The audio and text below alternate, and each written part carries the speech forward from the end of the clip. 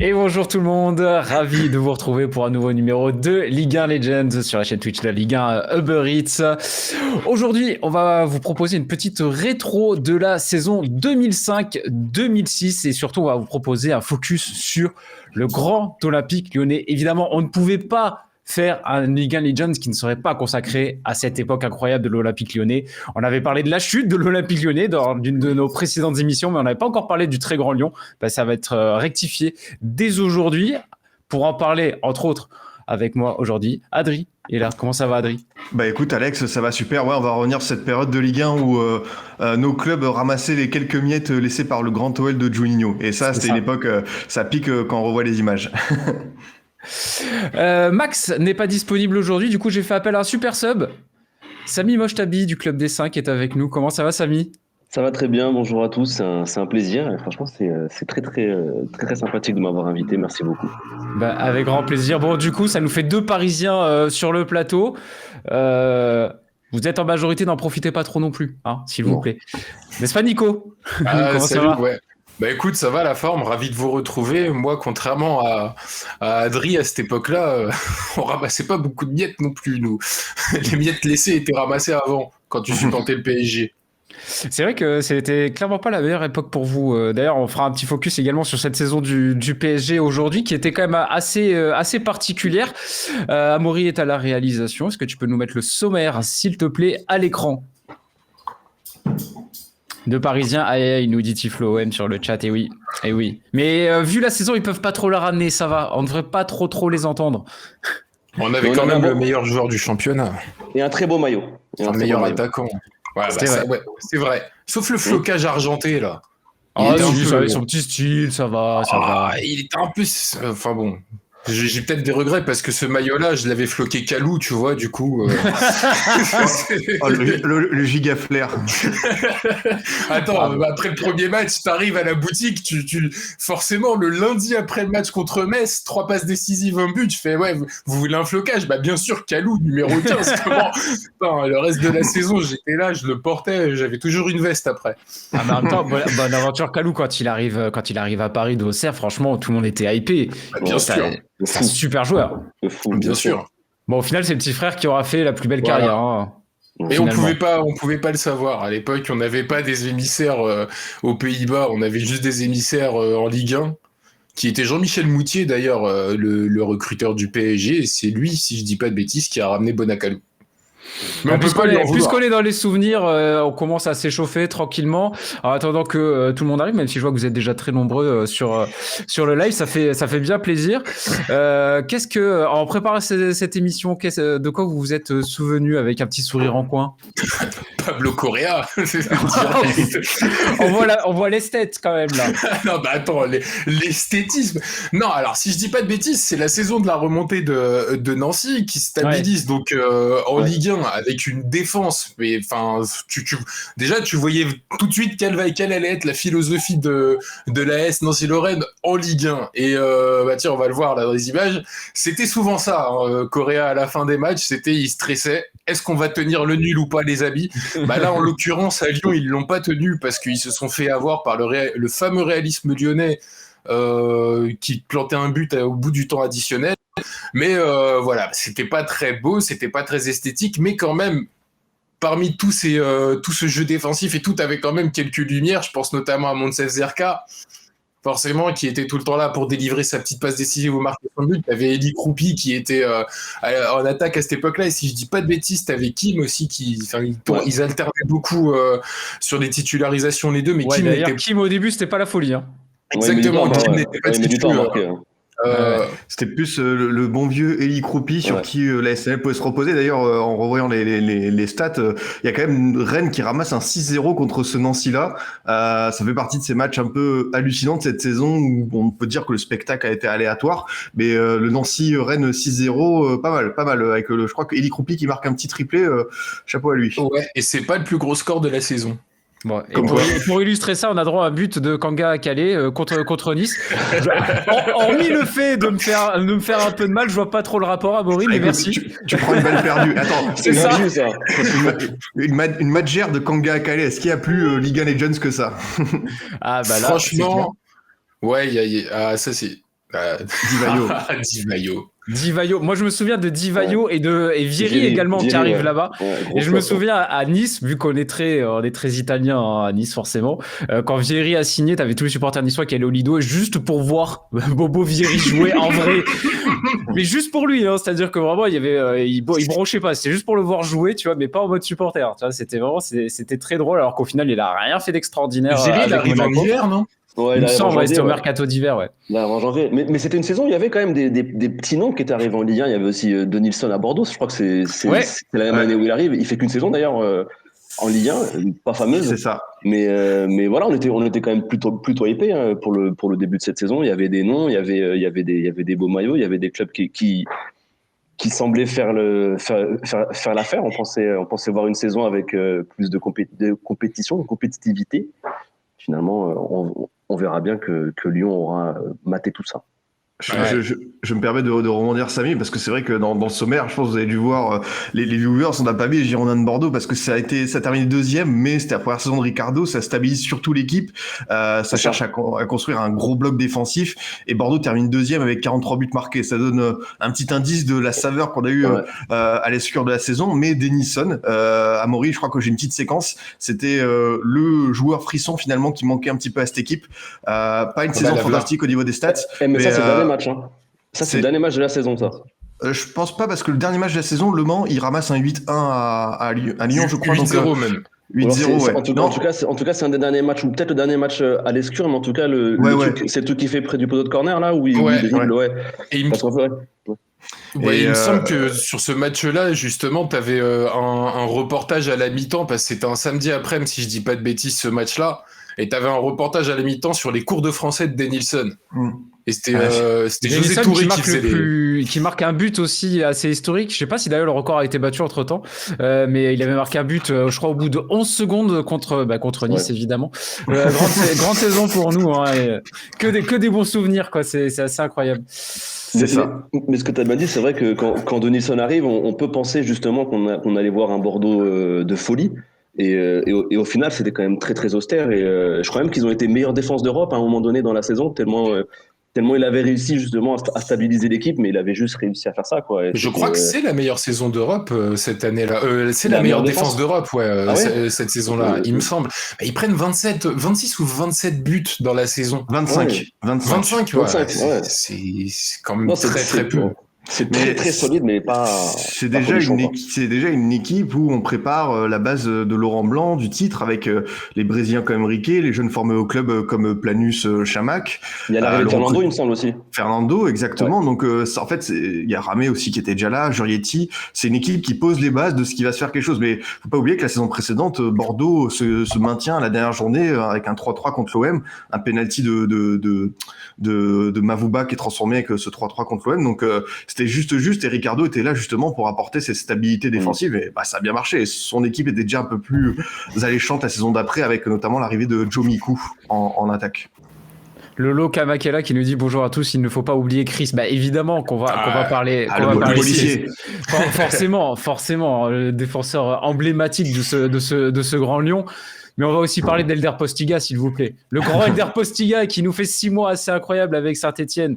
Ça, il faut en parler aussi, messieurs. Et qui marque un but de fou au parc avec des ballons, avec des ballons bizarres. On l'a là, c'est bon. Voilà. Ça, c'est cadeau, les gars. J'ai pensé à vous. C'est fou, ça. Non, mais quand même, après Alonso, il a dit que c'était à cause des ballons. C'était quand même fou. Avec Jeannot qui est venu le soutenir. D'ailleurs, c'était pas mal, mais c'était beau quand même. Il y avait une petite polémique. Il me semble que Jeannot avait poussé un coup de gueule en disant oui, ils font des ballons nouveaux à chaque match, encore plus pourris les uns des autres. Moi, ça m'avait marqué, ça aussi, ce côté, on se prend un but, mais on se plaint des ballons. En fait, c'est un petit peu aussi son positionnement quand même sur le but qui laisse à baiser. C'est pas que le ballon quand même. Hein. C'est lui qui est archi fautif. Regarde là, hop, regarde. Point. Ouais. Mais c'est le ballon. Ah oui. C'est le ballon, attendez. Pour une fois que c'est pas Grégorini qui fait ça, on peut quand même le noter. Le pauvre Grégory. Non, Elder Postiga qui avait fait un petit passage sympathique, ceci dit, à Saint-Etienne. C'est dommage qu'il soit pas resté plus longtemps en Ligue 1. Pour le coup, ça marchait pas trop mal, je trouvais. Mais est-ce qu'il était international déjà à cette époque? Je crois qu'il était sélectionné pendant qu'il était à Saint-Etienne. Ouais, il était international. Ouais. Il a fait le mondial 2006 du coup à la fin de la saison ou pas? Là, tu m'en demandes trop. Alors là, c'est une bonne question. Je crois qu'il est. Oui, moi, je crois qu'il est dedans. il est sur le banc. Moi, je pense qu'il est dedans. Oui, il est sur le banc. Ouais. Ah, il est derrière Paoletta et je crois que Nuno Gomes était encore là. Ouais, il est là. Exactement. En attaque, on a Luis Figo, Paoletta, Simao, Luis Boamorte, CR7, Nuno Gomes et Eldar Postiga. Voilà, ouais. Mais Eldar Postiga qui faisait une carrière assez bizarre où il marquait pas énormément de buts en club, mais il avait un ratio temps de jeu but marqué en sélection qui était assez incroyable. C'était un peu le Lucas Podolski portugais. J'aime bien la comparaison. Ouais. Mais il y a des gens comme ça en sélection, ils se subliment, en club ils ont un peu plus de mal et c'est vrai. De toute façon, le Portugal, en préparation, je t'ai dit entre Hugo Almeida et Eldar Postiga, j'ai l'impression qu'ils ont joué pendant 8 ans, ils se sont partagés l'attaque avant qu'il y ait un peu plus d'attaquants qui émergent. Ouais, c'est ça. Et tiens, on l'a à l'écran là. C'est un des gros souvenirs que j'ai aussi de cette saison. C'est le triplé de John Utaka contre Rennes, n'importe quoi, contre Lyon à Gerland. C'était incroyable. Ouais. Et il en avait fait un juste avant. C'était contre Lens, contre son ancien club. Ouais, c'était fou. Après, je pense qu'il était revenu bien boosté de la CAN parce qu'il me semble que c'est juste après la CAN justement qu'il avait fait avec le Nigeria. Et c'était plus le même joueur. Et en plus, ça tombait bien parce que je crois qu'au même moment, qu'il y a Fry qui se blesse. Donc le gars, enfin c'était parfait pour Rennes, quoi. Le gars, il est arrivé, il a surfé sur sa dynamique de la CAN et quand même 2 triplés de suite. C'était pas parce qu'il faisait pas forcément un très très bon début de saison. Utaka, il était même plutôt critiqué. Du côté de Rennes, et c'est vrai que ces 2 triplés de suite, surtout à Lyon, le deuxième coupé, il me semble, en plus c'était un coupé quand même, je pense qu'on va en reparler, qui marchait sur l'eau. C'était coupé prime. C'était incroyable. Incroyable. Pour moi, c'était un des top 3 en Europe, que ce soit en C1 ou en Ligue 1, il était monstrueux. D'ailleurs, il y a l'épisode fâcheux avec Barthez pour la Coupe du Monde 2006, où pour moi, je pense que Coupé méritait largement sur la performance sportive sa place dans les buts de l'équipe de France. Donc c'est pour ça que la performance, elle est quand même encore plus notable.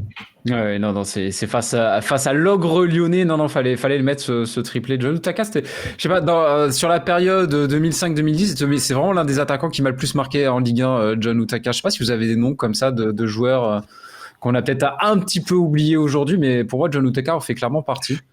J'ai envie de dire Yellen à Auxerre aussi. On a commencé un petit peu à en parler, mais le Polonais en contre-attaquant, tu le lançais en contre, t'avais un Pedretti pour le lancer. C'était le jeu de Jano Fernandez, mais c'était tellement efficace parce que le mec, il est en contre. Et aujourd'hui, il a un petit peu disparu. On sait plus trop ce qu'il était, mais quand on revoyait les images, Utaka Yellen, c'est vrai que ça faisait une belle paire d'attaquants, par exemple. Ça. En attaquant, je vais rester sur le Nigeria, tiens, pour changer, mais j'ai un Victor Ikpeba, moi qui m'avait marqué aussi sur sa période monégasque, qui a été oublié et pourtant qui a été un très très bon attaquant de Ligue 1. D'ailleurs, je crois qu'après Monaco, je crois qu'il signait à Dortmund.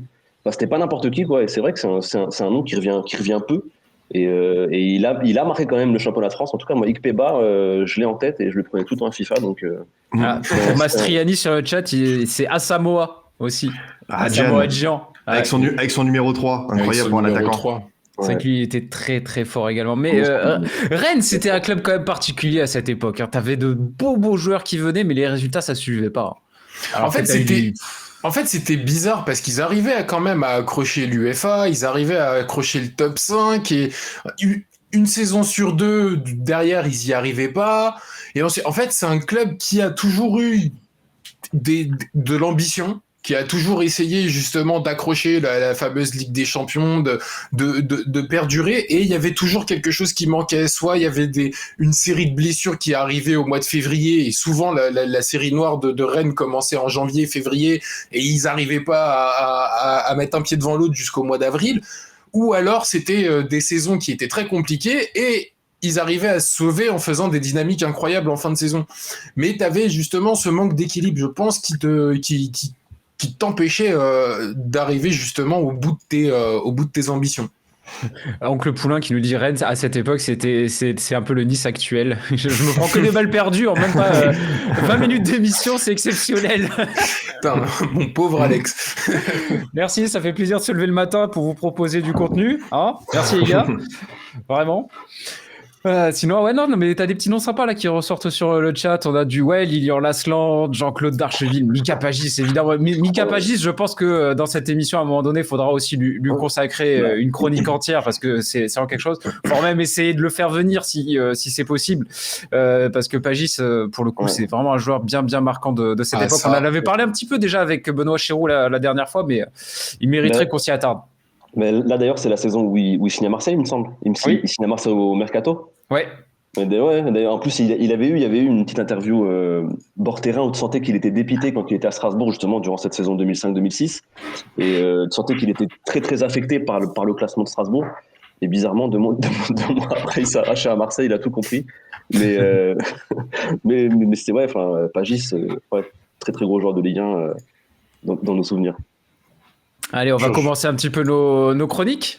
Et on commence direct avec l'Olympique Lyonnais. J'ai vu que sur le chat, il y en avait pas mal qui commençaient déjà à s'impatienter, à réclamer le sujet. Il arrive. On commence avec donc cet Olympique Lyonnais.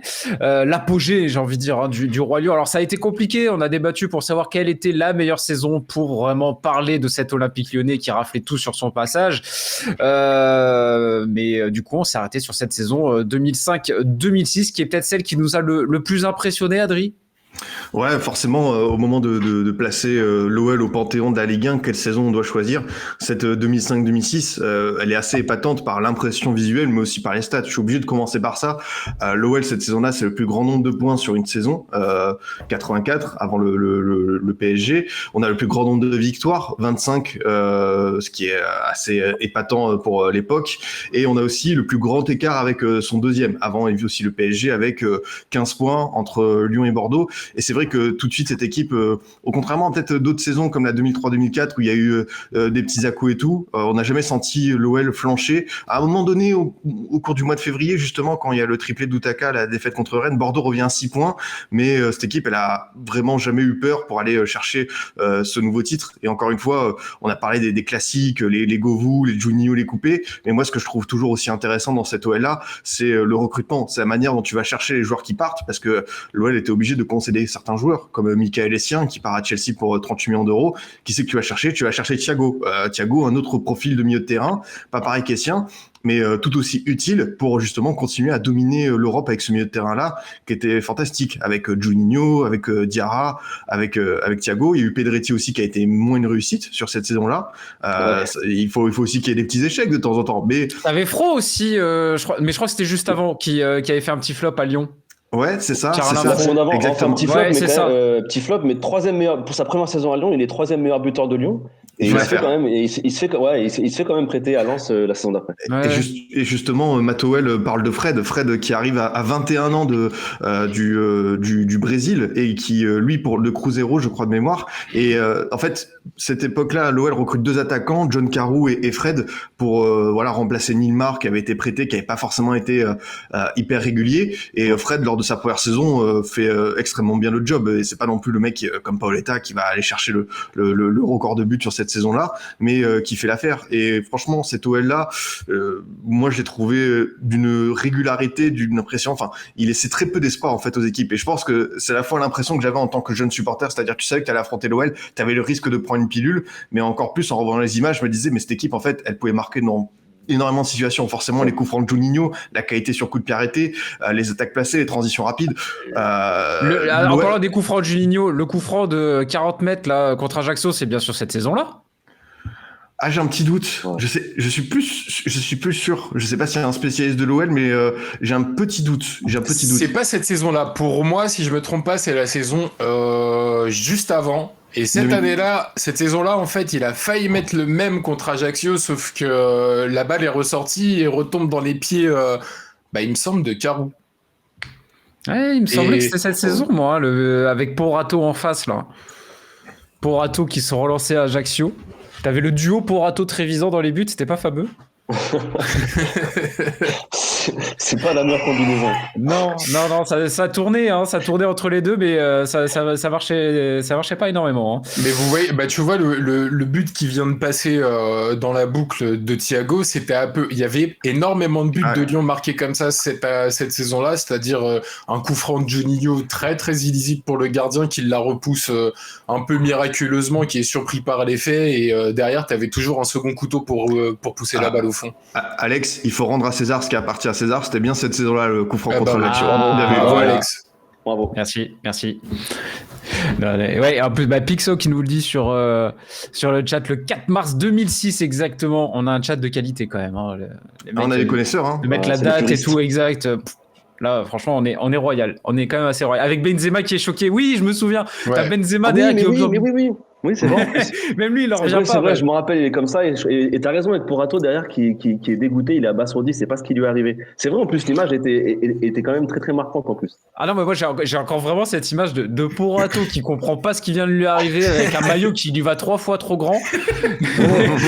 Et en premier plan, ouais. Et en Les premier maillots plan, Benzema d'Ajaccio, qui est- ça mérite une chronique à elle toute seule, honnêtement. À eux tout seuls. Les maillots baliston, là, 3 fois trop larges. Ah ouais. Mais ils étaient stylés en vrai, c'est juste la coupe qui était Ouais, dégueulasse. c'est Ajaccio-Amsterdam, quoi. C'est.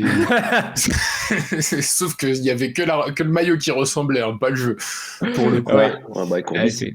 Ouais, ça se battait tant bien que mal. Hein. Et en même temps, Ajaccio, voilà, ils n'avaient pas énormément de moyens, ils faisaient ce qu'ils pouvaient. Ils arrivaient toujours à dégoter des Brésiliens sortis de nulle part. Je me souviens, Ils avaient ramené André Luis. André Luis, ouais. Ouais, ils avaient André Luis, t'avais un ouais. Rodrigo qui était pas mal aussi, le petit En défense. Antonio Carlos en défense centrale. Il n'y a pas un Lucas aussi? Un Lucas qui marquait sur corner, il me semble, sur une sorte de. Ouais. Ouais, exact. En brésilien, j'ai aussi vu un but de Jamel Abdoun qui était déjà là cette saison à la CA. Donc ça aussi, c'est un ancien qui Jamel est passé par Abdoun. Nantes. Jamel Abdoun, ouais. Brésilien dans l'âme alors. Ouais. Non, mais je disais que c'était en brésilien. En parlant de brésilien, je vous ai parlé de Martin Braithwaite. La transition, bon, pourquoi pas. Mais excuse-nous, vas-y Adri, on t'a un petit peu coupé dans ton élan. Non, mais aucun problème. Justement, pour rebondir sur ces Pixo avec Benzema, surtout, c'est un Noël qui commence à intégrer ces jeunes, mine de rien, à laisser du temps de jeu à Ben Arfa, à Benzema, à d'autres aussi, hein, les Berthaud, Jérémy Berthaud, Clément. T'as une place qui est laissée par Gérard Rouillet à ces jeunes-là. Alors certes, c'est pas beaucoup de temps de jeu, mais dans la rotation, ça commence à rentrer. Et un peu plus tard, ça va porter ses fruits, comme pour Benzema, qui sera voilà un acteur majeur de l'OL. Peut-être pas dès la saison suivante, mais dès 2007-2008, c'est extrêmement sérieux. Donc c'est malin de la part de Gérard Rouillet d'avoir su faire, on va dire, cette composition entre les historiques de l'OL, les grands champions, et cette jeunesse lyonnaise qui était très sympa aussi. Mais c'est ça qui est fou, je trouve, par rapport à ce Lyon. Moi, c'est le côté où pourquoi on peut dire que c'est peut-être le meilleur Lyon qu'on ait vu. Magnifique but, celui-là, il était fou. D'ailleurs, je crois que c'est une déroute 8-1, il me semble. 8-1 ou 7-1. Ouais, 8-1. Avec 6 buteurs différents. Enfin, D'ailleurs, je crois ça, c'est le dernier match de la saison. C'est le dernier match de la saison. Le moment qui ouvre le score par graffité, les pauvres, si ça va derrière. Ouais, ils y ont cru. Mais moi, ce Lyon-là, en fait, je le trouvais complet, en fait. Il était complet à toutes les lignes. Ils avaient vraiment du monde partout parce que même en défense, tu as cité Berthaud, mais ils avaient aussi, je crois, il me semble, Monsoro. C'était que des joueurs internationaux, d'ailleurs, qu'on a quasiment tous retrouvés à la Coupe du Monde 2006 après, avec Patrick Muller, avec Chris, Cassapa. Enfin, c'était monstrueux. Au milieu, le milieu de Gila, Thiago, Juninho, tu avais aussi Malouda qui pouvait dépanner. En fait, voilà, ils n'avaient pas vraiment de faille. Et les joueurs que tu cites en compliment, les jeunes, c'est des joueurs qui ensuite avaient un talent indéniable, comme Benzema ou Ben Arfa. Donc moi, c'est ça en fait qui fait de ce Lyon, pour moi, peut-être le meilleur, parce qu'ils étaient complets sur toutes les lignes et il y avait peu de failles en fait. Il y avait très peu de faiblesses et c'est passé très peu en Ligue des Champions. En championnat, ils étaient au-dessus. Franchement, c'est un Lyon pour moi qui avait peu de failles, peu de faiblesses. Au final, on les a rarement vus passer à côté, quoi. À part justement le match contre Rennes ou. Pour appuyer ce que tu dis, t'as quoi? T'as le match contre Rennes, ils perdent un match à Monaco, ils perdent leurs 2 matchs contre Lille cette saison-là. Contre Lille qui était leur bête noire. Mais c'était des matchs, enfin en tout cas le match contre Lille, le deuxième, le match retour, il n'y avait plus vraiment d'enjeu. Il y avait peut-être le fait aussi que ils avaient quand même une marge certaine sur le reste de la concurrence en Ligue 1. Donc je sais pas si on peut vraiment juger ces défaites-là. Je crois qu'ils ont 4 défaites sur. Ouais, c'est ça. 4 défaites. Mais est-ce que quand Lyon était concentré en Ligue 1, ils ont, en tout cas cette année-là, c'était en plus avec l'armada offensive, ils avaient un Viltord aussi en bombe qui voulait absolument faire partie du squad de l'équipe de France pour la Coupe du Monde. Il y a ça aussi qui motivait derrière. Et encore une fois, on en reparle avec Coupé qui marchait sur l'eau. C'est vrai que ça peut être une année qu'on peut annoncer comme la meilleure pour Lyon en tout cas.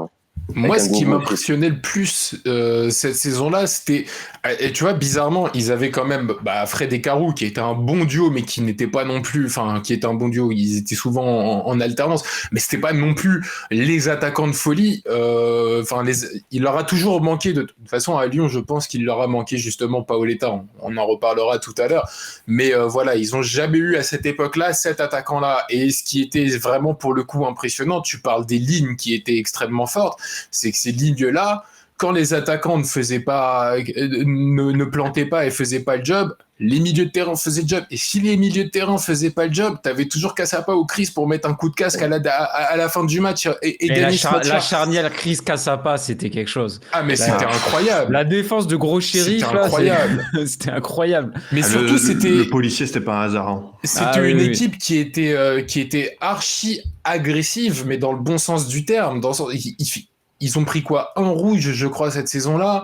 Alors que très peu d'expulsions, la juste agressivité. Mais moi, ce qui m'avait vraiment marqué à cette époque-là de ce Lyon-là, c'est vraiment cette charnière, justement, parce que à chaque fois que tu regardais les matchs de Lyon, très souvent, tu te disais, ils avaient tellement de marge que toutes les équipes se disaient, OK, il y a la place pour faire quelque chose.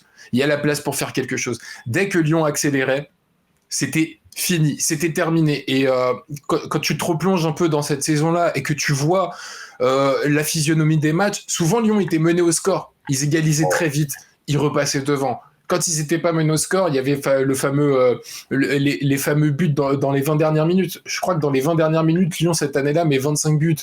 Plus d'un tiers de ces buts sont marqués en fin de match. C'était vraiment une équipe pleine de caractère.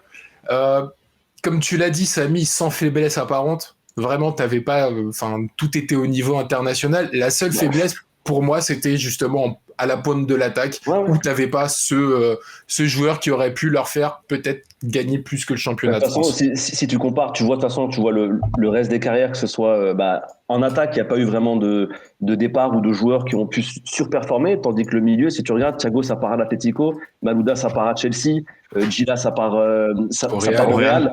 Gila, c'était le surnom de Mohamedou Diarra, c'est ça? Ouais, c'est ça. Oui, ça n'a peut-être pas parlé à tout le monde. Hein.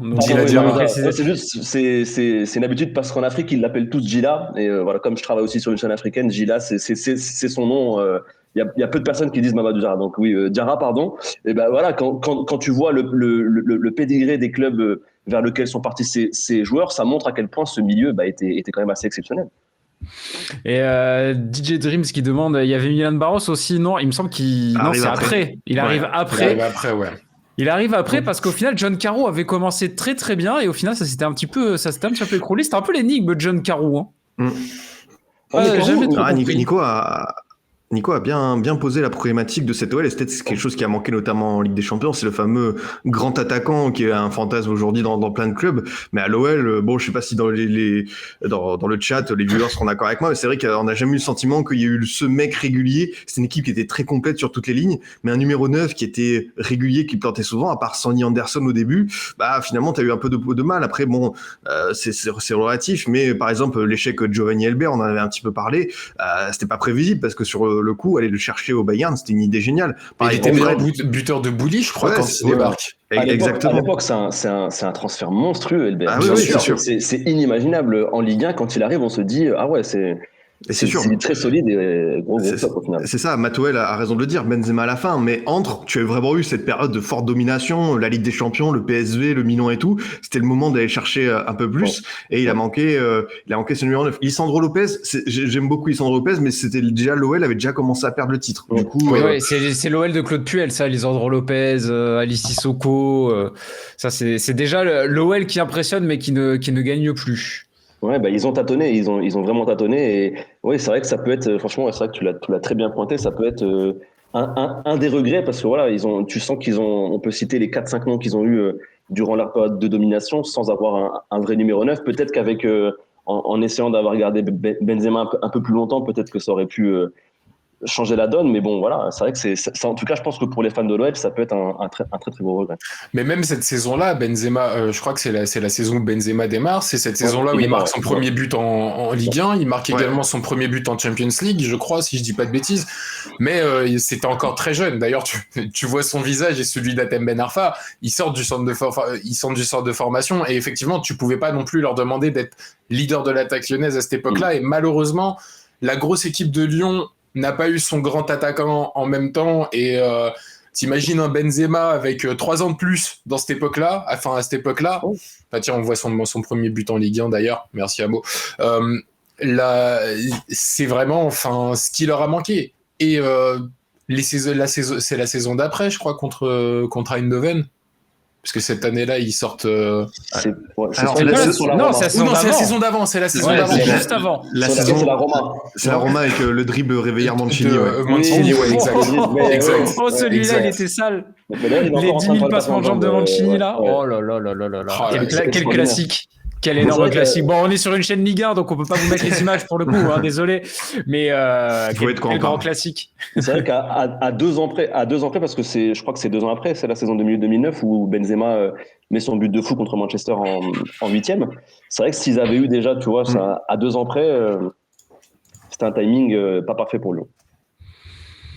Fallait prendre Morientes au lieu d'Elbert. C'est toujours plus facile à dire après. Et encore, Morientes, il n'a pas marqué tant de buts que ça avec Monaco. Hein. C'est le parcours en Ligue des Champions qui le sublime. Mais c'est vrai que je crois que la saison 2003-2004, il marque 10 buts. Il est beaucoup en alternance avec Perchaud. Début de saison, il y a Nonda qui cartonne, mais il y a sa grave blessure. Ouais. Il y a des bailleurs qui marchent un petit peu. Mais c'est vrai que Morientes, dans l'imaginaire populaire, on retient surtout ça avec des champions. Mais en championnat, il y avait un peu plus de mal. Mais après, en LDC, c'était fameux. Mais moi, je suis curieux de voir pourquoi Nico pense que Paoletta, c'était la bonne chose. Et d'ailleurs, je crois qu'Olas avait essé de le recruter à cette époque, mais on va en parler après. On en parlera après. Parce que justement, la prolongation de Paoletta, il prolonge à la fin de cette saison-là au PSG Paoletta, parce qu'il y a eu des appels, les sirènes lyonnaises, il y a eu beaucoup de choses, mais les sirènes lyonnaises se comprenaient. On en parlera tout à l'heure. Mais après, par contre, je pense pas que ce soit forcément ce que tu l'as dit. Voilà, il y a eu un intérêt pour Paoletta. Je pense pas que ce soit de la faute d'Olas ou autre. Je pense que il y avait peut-être encore ce petit souci d'attractivité peut-être pour Lyon, pour vraiment décider un top attaquant à venir. Je pense qu'ils ont essayé parce que ça reste quand même des gens compétents vu ce qu'ils ont réussi à produire à Lyon. Mais voilà, il y avait ce petit détail qui s'est pas fait parce que il y avait quand même des grands attaquants déjà à cette époque en Europe. Peut-être qu'il n'y a pas eu le discours assez bon pour les convaincre de venir malheureusement en Ligue 1. Donc on sait pas, on saura jamais, mais il y avait quand même. Je pense que Lyon en tout cas avait la surface financière pour se permettre un grand attaquant. Ouais, bien sûr. Après, je pense que Paoletta, c'est plus, il y est pas allé parce que je pense qu'il était aussi très attaché au PSG et qu'il avait pas envie, il avait connu, déjà, il était attaché à Bordeaux, on voit, il célèbre pas trop ses buts face à Bordeaux, il était attaché à Bordeaux, il était très attaché au PSG et je pense que l'homme ne voulait pas connaître un 3e club en France aussi. C'est possible. En tout cas, il n'y a pas que des émoluments salariaux qui l'ont retenu au PSG parce qu'il aurait pu connaître beaucoup plus la Ligue des Champions et beaucoup plus les sommets avec l'OL. C'est que le mec était très attaché à son club et à la ville. D'ailleurs, je crois qu'il a toujours un appart ici, il me semble. Là, tu nous en demandes trop. il traîne très souvent à Paris. Ah ouais, il va toujours boire le café aussi le matin dans le 16e. Tu veux des anecdotes, je t'en donne moi des anecdotes. Ouais. Il prend des expressos ou des allongés comment ça il prend du thé. Ah, non, c'est faux ça, je sais pas. Mais d'ailleurs, il est toujours ambassadeur du club, non ? Et justement, je sais pas, je connais pas trop. Alors Samy, tu le sais, on a un problème au PSG avec mettre en avant les anciens et les rôles d'ambassadeurs sont un peu bizarres, donc tu sais pas trop s'il a un vrai rôle ou pas, mais ouais, il gravite un peu autour du parc et autour du club. Aulas n'a jamais voulu de Paoletta comme il n'a jamais voulu de Ribéry, c'était juste pour faire monter les enchères. C'est vrai que c'était un débat qui revenait assez souvent à l'époque. Il y avait le côté un petit peu je tire les ficelles de la Ligue 1 en faisant miroiter des offres chez les concurrents pour un petit peu les faire monter un petit peu les enchères. Effectivement, c'est un truc qui revenait souvent, mais de là à ce que ce soit vraiment la version officielle de ce qui se soit passé, je ne suis pas sûr. Ça reste des interprétations, on va dire. Ouais, c'est ça. Ouais, parce que je pense qu'Aulas, il aurait pas craché sur Paoletta quand même. Ouais, clairement. Ouais, je pense. Non. Surtout vu la manière dont Lyon vampirisait un petit peu le marché des transferts local, parce que Lyon, contrairement au Paris Saint-Germain aujourd'hui, recrutait principalement en France. C'était un petit peu leur stratégie de prendre justement les talents qui émergeaient ou les stars déjà présentes dans notre championnat. Donc ça aurait été logique dans la stratégie lyonnaise de se pencher sur Paoletta. Donc bon, après s'ils veulent se rassurer en disant ça, pourquoi pas, mais je pense qu'Aulas, Paoletta, il a dû en rêver quand même quelques nuits. Oui, et puis c'est un très bon communicant, donc effectivement, quand tu loupes quelque chose, tu peux te permettre de dire on les a bien roulés, ils peuvent plus recruter, ils ont prolongé Paoletta. C'est ça. Il avait fait la même avec Armand quelques années plus tard aussi. T'imagines, on les a vraiment bien eus, hein. Ils sont obligés de garder Paoletta. C'est dur. Nous, quelle vie. On repart avec Fred en Champions League. Le crève-cœur. Terrible, ça c'est vraiment comment affaiblir la concurrence, quoi. C'est quand même terrible. Bon, à la base, on n'était pas censé faire ça dans cet ordre-là, mais là, pour le coup, la transition est quand même toute trouvée. Je pense qu'on va parler de Paoletta. On va continuer sur le sujet Paoletta.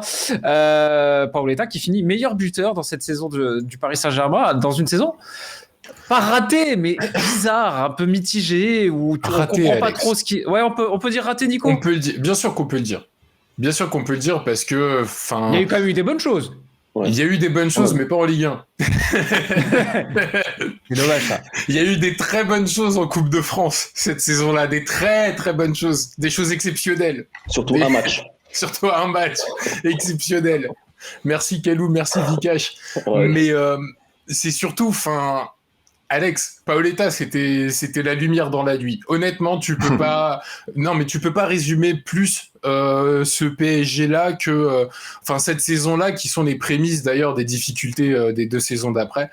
Mais voilà, encore une fois, tu connais le PSG de cette époque-là, un club avec énormément d'attractivité médiatique, énormément de lutte de pouvoir et énormément de déséquilibre du coup sur le terrain, parce que une première partie de saison où tout va plutôt bien, on est à 1 point du 2e à la trêve, le PSG qui n'était pas très bon à domicile cartonnait à l'extérieur et avait permis, notamment grâce à Paoletta, de vaincre plusieurs signes indiens, notamment chez toi Adri à Bordeaux, puisqu'il marque. Et puis, le PSG vire un entraîneur qui est à 1 point de la 2e place pour prendre Guy Lacombe, qui n'avait pas non plus raté ses débuts puisqu'il gagne son premier match, mais on va pas non plus tout mettre sur le dos de Guy Lacombe, il y est pas trop pour rien quand t'arrives en pleine... Ce but-là, oh là là. Ce but-là, c'est mon préféré de Paoletta avec celui face à Barthez.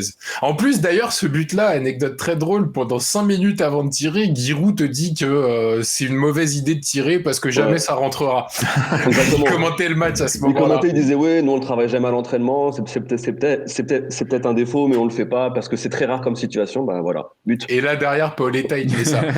Mais merci coach. Ce qui était marquant, c'est on en revient à Paoletta qui n'a pas voulu partir à Lyon et qui était très attaché au PSG. Et pour le coup, c'était pas que des paroles, c'est que ce type-là donnait sa vie sur le terrain quand il à chaque fois qu'il jouait, il finit la saison avec 21 buts.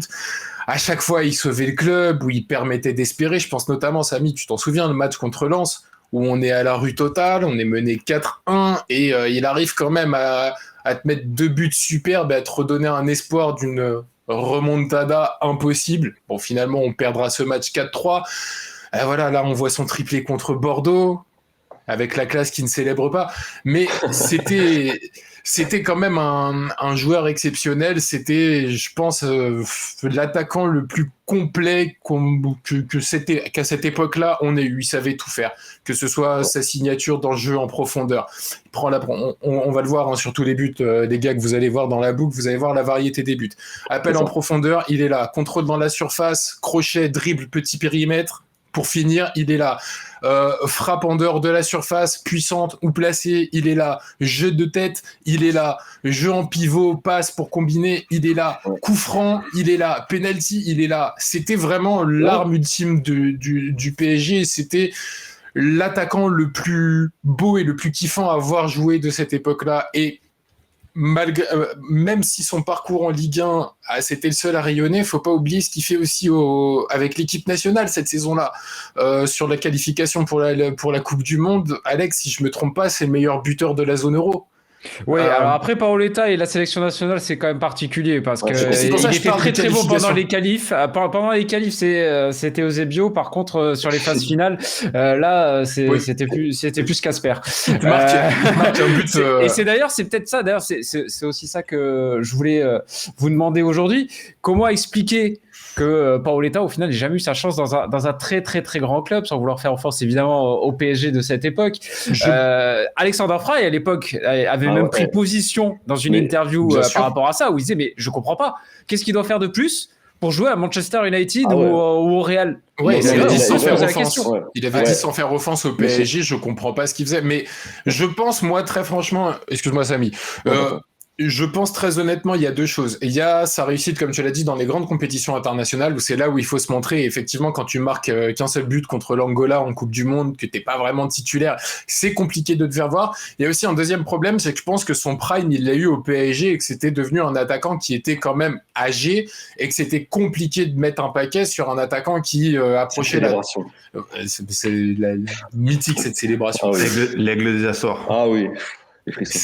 Regarde son départ juste avant, enfin son placement en profondeur, balle piquée, non, c'est exceptionnel. Il savait tout faire, ce joueur. Il savait tout faire. Malheureusement, lui, tu vois, il a pas joué dans le bon. C'est pour ça que je dis, s'il avait joué à Lyon à cette époque-là, mais je pense très franchement que Lyon aurait été injouable. En Europe, je parle. Oui, parce qu'en Liga, il était bien. En Liga, il n'y a pas de souci. Je parle pour le coup en Europe. Tu peux. Quand tu regardes, les images se suffisent à elles-mêmes. Cette finition, j'en parle avec beaucoup d'émotion. J'en parle avec mes yeux de gosse de 15 piges qui regardaient ce joueur exceptionnel. Ouais, Adri. Je te rejoins totalement, et c'est vrai que quand il part de Bordeaux en 2003, je suis triste, je suis effondré. Enfin, c'est l'attaquant j'ai aimé le foot grâce à lui. Enfin, c'est lui, quand je suis arrivé à Chaban, à Luscure, il était là. Donc j'ai découvert le foot avec un Paoletta. Donc quand ton idole de jeunesse part au PSG, qui était un rival, parce que à cette époque, voilà, ça faisait mal, mais c'était impossible de le détester. Ce mec était tellement classe et élégant classe, tu pouvais pas lui en vouloir. Alors, au contrario, j'ai adoré Gourcuff, mais son départ des Girondins en préparant la Coupe du Monde 2010, en temps des blessures, ça a été beaucoup plus difficile à digérer. Paoletta, je pas souvenir de lui en avoir finalement voulu. J'étais triste parce que je perdais un gros élément. Et quand je vois ces images-là, c'est vrai que je suis bluffé par le fait que c'était vraiment un attaquant complet. Ouais, dans n'importe quelle zone, il était dangereux.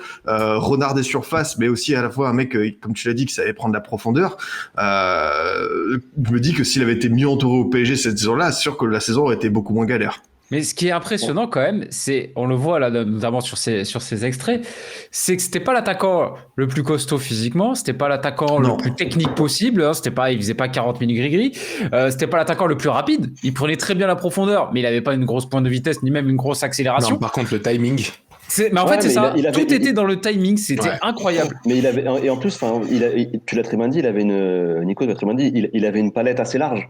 Et c'est vrai que c'était quelque chose qui lui servait beaucoup, parce que c'est vrai qu'on a tendance parfois à le cataloguer comme juste renard des surfaces, alors que pas du tout. Après, attention, c'était pas un joueur qui prenait la balle de son camp et qui driblait 6 joueurs et qui gagnait grâce à sa vitesse ou sa vélocité, mais il avait quand même une technique très très correcte, si ce n'est très bonne pour le haut niveau, un jeu de haut but, et même dans les combinaisons, il combinait pas parfaitement, il pouvait jouer à une touche, il y avait quand même cette palette large qui le rendait quand même assez exceptionnel, En Ligue 1 maintenant, est-ce que aussi on peut se dire que, alors peut-être que c'est le romantique ou l'amoureux du PSG qui parle, mais est-ce qu'on peut se dire qu'aussi, il aimait très fortement le maillot parisien et que lui aussi peut-être n'a pas eu envie de partir, parce que on sait très bien que les transferts ça se joue un peu aussi des deux côtés. Il y a parfois des belles offres, mais aussi parfois des clubs qui tâtent leurs joueurs pour savoir s'ils veulent rester, s'ils veulent prolonger.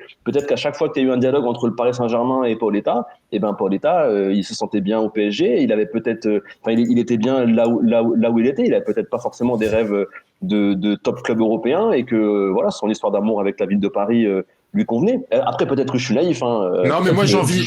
Peut-être qu'il voulait partir, qu'il voulait partir et qu'il n'a pas eu d'offre et qu'il était dégoûté. Mais je peux aussi me dire pourquoi pas. Peut-être qu'il a vraiment apprécié, parce qu'il y avait quand même une alchimie avec, parce que à cette époque-là, il y avait des supporters dans les stades. Donc peut-être qu'il y avait une vraie alchimie avec le public du parc. On sait après, il y a aussi le côté, voilà. Puis il y a une chose aussi, c'est qu'il y a une grosse communauté portugaise à Paris. Mais c'est ça. Mais ça joue beaucoup. Hein. Ça joue beaucoup par rapport. Énormément. On s'en rend pas compte, parce que encore une fois, à chaque fois, on pense que les joueurs ils sont dans des boîtes et qu'on les sort juste le samedi soir pour qu'on puisse les voir. L'environnement est très important. Ils ont une vie au quotidien et ça compte énormément. Il y a des joueurs qui sont partis de clubs parce qu'ils ont une rupture amoureuse. On se rend pas compte de ça, mais c'est vrai. Mais comme tout le monde, ils ont des hauts et des bas dans leur vie. Dans leur vie privée, pardon. Et donc là, pareil, lui, il se sent bien, il est épanoui, tu l'as dit, grosse communauté portugaise. Même en France, de manière générale, les Portugais, ils sont comme chez eux, quoi. C'est leur deuxième pays. Donc, on peut aussi comprendre que le joueur se sentait bien à Paris. Après, moi, j'aime bien cette histoire-là. Et je préfère mieux dire ça, je choisir. Moi, je la partage. Forcément, de toute façon, c'est un cri du cœur, cette chronique, parce que tu ne peux que être admiratif d'un joueur comme ça. Vraiment. Mais c'est surtout, voilà, tu l'as dit, l'environnement, l'âge, le fait de bien se sentir, sa famille était bien au PSG. Et surtout, tu vois, contrairement à son départ de Bordeaux, Adri, ce que tu disais, nous, on n'a malheureusement pas eu la chance, parce que à ce moment-là, il était en brouille avec Paul Le Guen au moment de partir. Et très honnêtement, ce dernier match contre Saint-Etienne, j'y étais, mais il n'a pas eu les adieux qu'il aurait dû avoir. Ce mec-là, c'est sacré. Je pense, très honnêtement, voilà, je vais te rejoindre, Samy, j'ai envie d'être naïf, mais je suis persuadé qu'il a sacrifié énormément de titres, énormément de choses pour pouvoir rester au PSG juste parce qu'il s'y sentait bien. Les supporters n'ont pas toujours été roses avec lui. À un moment donné, il y a eu une brouille, justement, sur ses envies de départ, enfin, sur les rumeurs de départ et tout. Il en était venu à ne plus célébrer, et puis il y a eu des excuses et autres de la part du public pour son joueur qui a commencé à le réacclamer. C'était quand même très spécifique. Et je suis en train de penser, il aurait fallu qu'il y ait Max dans cette émission, parce que entre le Bordelais, les deux Parisiens et le Portugais, clairement, il y a personne pour avoir un peu de nuance sur Paoletta, je crois. Il faudrait un Marseillais dans le lot, histoire de calmer un peu tout ça. Quoi. Mais regarde sur le chat. Les gens sont unanimes. Et quand tu regardes, tu sais, ça le compare. Ouais, t'as des gens il me fait penser à Falcao dans sa palette technique, dans sa manière d'être complet. Et puis voilà, bon là, le regretté Revaux qui se fait avoir par son défenseur et qui se fait surprendre.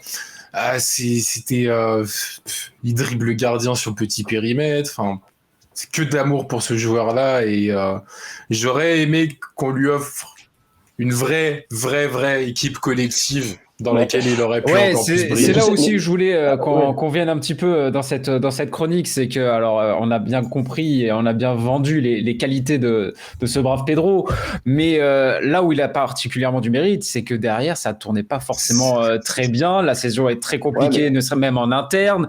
Est-ce que tu peux nous remémorer un petit peu le contexte, Nico ? Bien sûr. Alors bon, le contexte en début de saison, tu vois, tu fais un recrutement, notamment Bonakalou, t'as Dorasso qui vient cet été-là.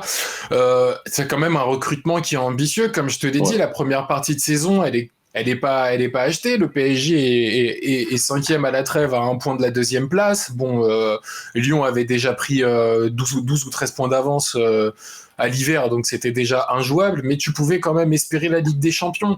Et on en revient à cette fameuse stabilité, parce que le PSG ne jouait pas trop mal, si ce n'est t'avais beaucoup de difficultés à domicile en première partie de saison.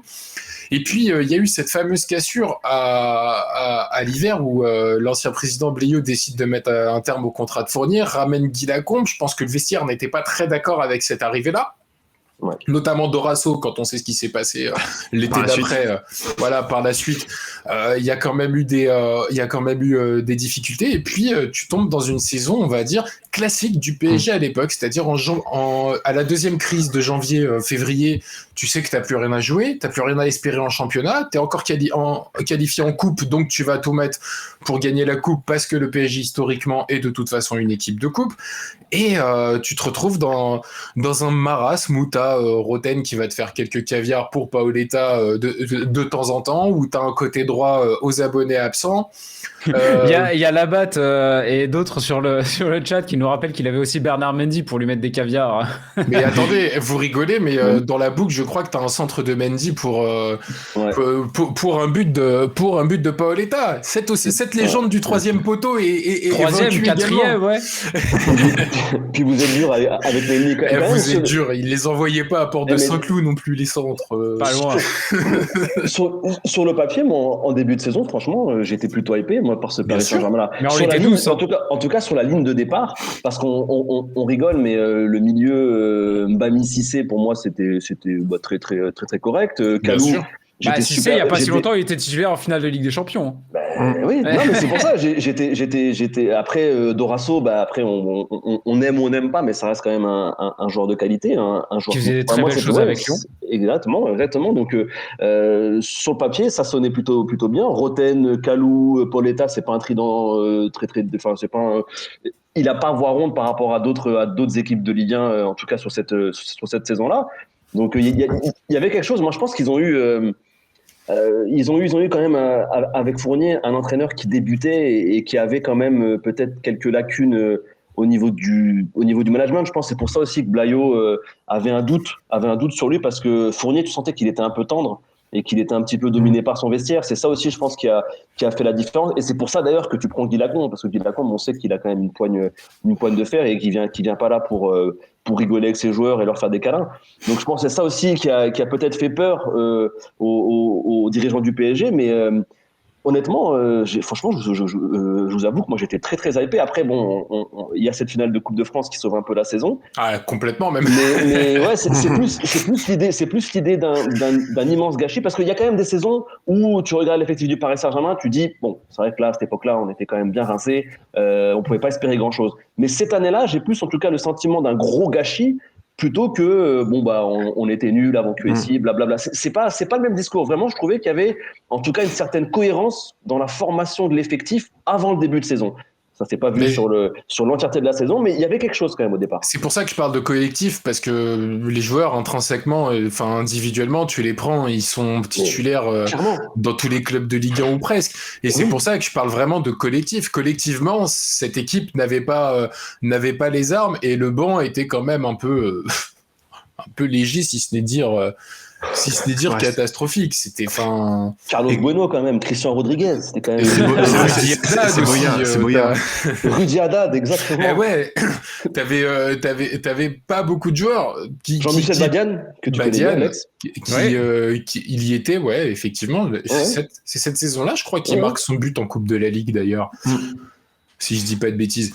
Mais voilà, t'avais effectivement un effectif qui sur le papier était pas mal, mais comme je t'ai dit, Bonakalou, il arrive avec plein de promesses. Je pense que malheureusement, après son premier match, il s'est un peu perdu. Après, tu passes de Auxerre à Paris, c'est pas évident à digérer. Il y a des joueurs qui se font absorber par une pression comme ça, et c'est vrai que quand je revois l'effectif de cette époque, tu te dis, et j'aime bien l'idée de la construction, les profils en attaque, Roten pour les caviars, Kalou pour faire la transition avec un Paoletta. Tu te dis que cette équipe en Ligue 1, elle avait le potentiel pour accrocher un top 3 et pas se faire peur. Mais t'avais qui derrière déjà, par contre, parce qu'on parle de Rosenal, Armand, Yepes. Mendy. Ateba, t'avais comment il Ateba, s'appelle il jouait pas. T'avais Il y avait Stéphane Boukari à Pichot. gauche. Dramé. Boukari Dramé, ouais. L'arrière gauche, c'était qui? Armand, non? C'était Armand. C'était Armand. Armand, ouais. Il y avait Ah Pichot oui, à Armand, droite. Yepes, Rosenal et ouais, C'était Pichot à droite. Pichot-Landrin, je crois, la doublette de latéral droit. Comme quoi, les problèmes de latéraux au PSG, ça Il date était pas pas milieu de d'aujourd'hui. terrain, Christophe Landrin? Il était milieu offensif, ailier plutôt, ouais. Il jouait, Ah oui. il jouait parfois, il le foutait parfois en bas. Ah ouais? Ouais. Ah, j'en ai aucun souvenir. Ah, moi j'en ai des souvenirs. On sent la douleur. Ah ouais, non, mais c'est- Christophe Landrin en Mais latéral en fait- droit, moi j'en ai des souvenirs. Ah oui, non, mais c'était assez. Christophe, on te salue. Mais c'est pas, enfin encore une fois, encore une fois, on parle de collectif et c'est vrai que on parle de collectif, on parle aussi d'environnement et l'environnement du PSG, tu le vois encore aujourd'hui, c'est compliqué d'arriver dans ce club-là quand t'es pas un joueur qui est déjà forgé pour. Aurier était Surtout très quand bon. on se souvient de l'époque et du public à l'époque. Le public du parc, c'était quelque chose. C'était quelque chose. Hein. Le public du parc à cette époque-là, ça faisait du boucan, ça faisait du bruit, il y avait des beaux chants et c'était assez. Il n'y avait pas d'enfants, il n'y avait pas de famille dans les stades. Dans les Non, c'était beaucoup moins un bon enfant qu'aujourd'hui. C'est le souvenir, c'est le souvenir que j'en ai, en tout cas, c'est ce PSG-là qui était irrégulier, mais je savais qu'en tant que Bordelais, quand j'allais au parc, même si le PSG était 15e, avec cette ambiance particulière, tu savais que tu arrivais dans un contexte bizarre, et même si ton équipe, c'était une excellente défense, elle pouvait perdre ses moyens parce que tu avais un public au parc qui te déstabilisait, qui était là pour te faire déjouer. Et je me souviens que forcément, quand tu arrivais au parc, et pourtant, c'est 42 000 personnes, c'est pas non plus hyper rapproché de certaines tribunes, mais tu sentais une atmosphère, un truc extrêmement pesant. Et les joueurs, je pense qu'ils pouvaient perdre leurs moyens à cette époque, ouais. Ouais, mais tu l'as vu aussi, il y avait aussi il y a eu aussi une décision qui n'a pas été une décision par rapport au gardien aussi, c'était la fin de Letizy. T'avais Alonso aussi, il y a eu ce problème d'alternement, tu vois, il y a eu une alternance entre Letizy et Alonso, je pense qui symbolisait aussi le côté on tâtonnait en fait. On tâtonnait, il n'y avait pas vraiment de vraie direction prise et on le voyait avec leur performance parce que ce soit Letizy ou Alonso, aucun n'a été confirmé. Il me semble que c'est Letizy qui commence, Alonso ensuite prend le relais et c'est Letizy qui finit aussi. Avec en plus les rumeurs comme quoi tu recrutes Landreau la saison prochaine, donc tu donnes vraiment zéro confiance à tes gardiens. Il y avait aussi ce côté, on sait pas vraiment où on va et je pense pas que ça a aidé à stabiliser l'équipe, quoi. Ah, mais c'était encore une fois, ce qu'on dit assez souvent, c'est quand ça ne va pas dans ta direction sportive, quand ça ne va pas dans les bureaux de ton club, ça se ressent forcément sur le terrain, cette lutte de pouvoir, ce manque de stabilité, le fait de mettre en permanence le doute dans la tête des joueurs. Par ce genre de rumeurs ou autre, le fait d'accorder des vacances ou des arrêts maladie, on ne sait pas trop pour au final licencier un joueur, c'était des choses qui se passaient au club. Malheureusement, pour le PSG, on en revient toujours au fait qu'à cette époque-là, en championnat, c'était pas très très bon, et notamment, malheureusement, cette saison-là, pour moi, c'est le point de départ.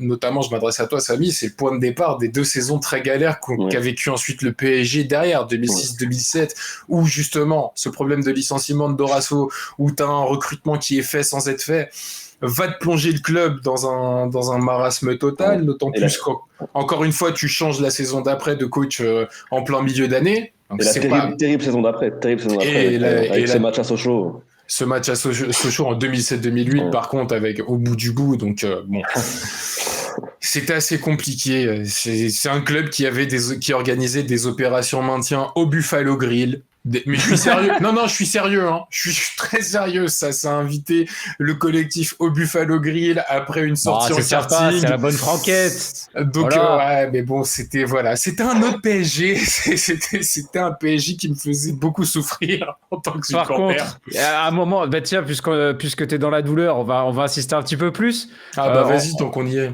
On en parle du match des Minots ou pas?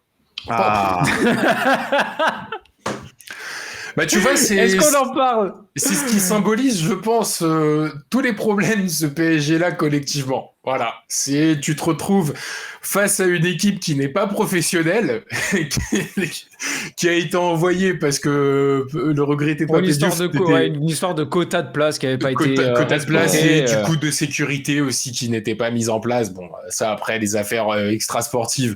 Voilà, mais l'OM envoie son équipe de minots. Tout le monde prédisait une victoire. Quand on dit les minots, alors pour ceux qui n'ont pas du tout connu cette saison-là, les minots, en fait, c'était la réserve de l'Olympique de Marseille qui était montée au parc. Avec Gary Boccali, bah tiens, Jojo en parle dans le chat des Gary Boccali notamment Salim Arrache.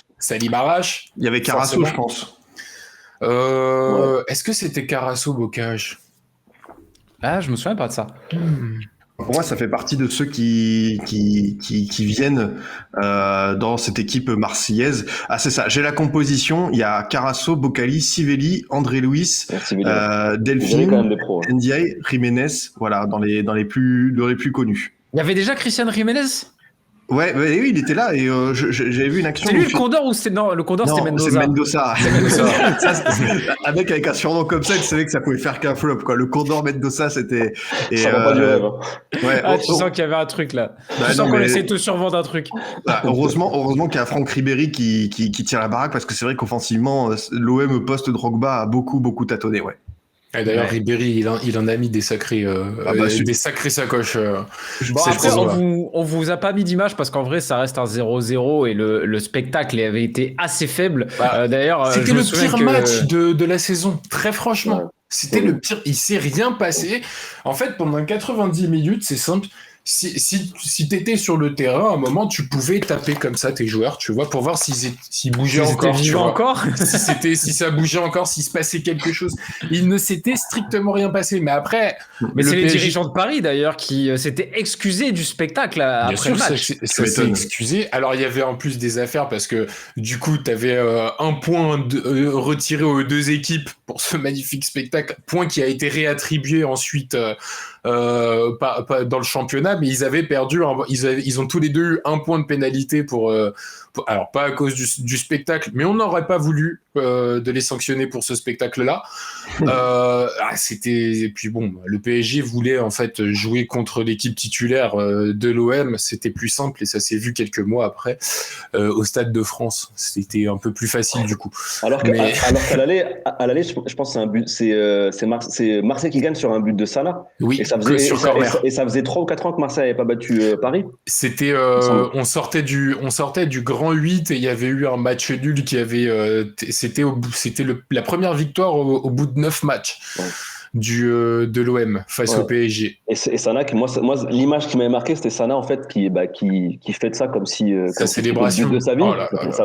Ça pique un peu quand même. Ça pique. À cette époque, vous étiez gâtés entre Sana, Déu, Fiorez. On était en mode paillasson. On était comme ça, en mode paillasson. On nous marchait dessus. Il n'y avait pas de souci. Allez-y, c'est bon. Vous pouvez y aller. Mais vraiment, cette célébration de Sana, moi, ça m'avait. Bon, j'avais eu un vocabulaire fleuri à l'époque devant mon écran, mais ça m'avait marqué. Et j'avais eu une montée de Son qui a été difficilement calmée. Quoi. Même en tant qu'observateur extérieur, la finale de la Coupe de France où DU soulève la coupe et se fait siffler par ses supporters, mais c'est un truc, ça te marque, gamin. Quoi. Tu sentais déjà cet air de trahison. Je sais pas comment pas non plus trop l'exagérer, mais tu sentais que... trahison, c'est le trahison. Oui. Mais une animosité entre deux équipes. Quand t'es jeune, tu supporter du PSG, tu te sens cocu. Attends, on te fait miroiter, enfin le joueur te fait miroiter qui va peut-être prolonger toute la saison, t'arrives à la fin de la saison, t'apprends qu'il a signé à l'OM. Tu parles de Fiorez là? Non, je parle de Deyu, ouais. Parce que Fiorez c'est encore plus...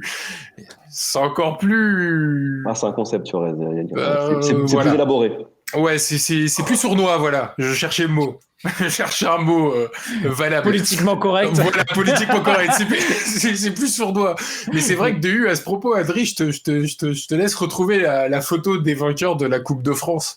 Tu vas voir tout le monde avec la banane, sauf DU en pleurs. Non, c'était...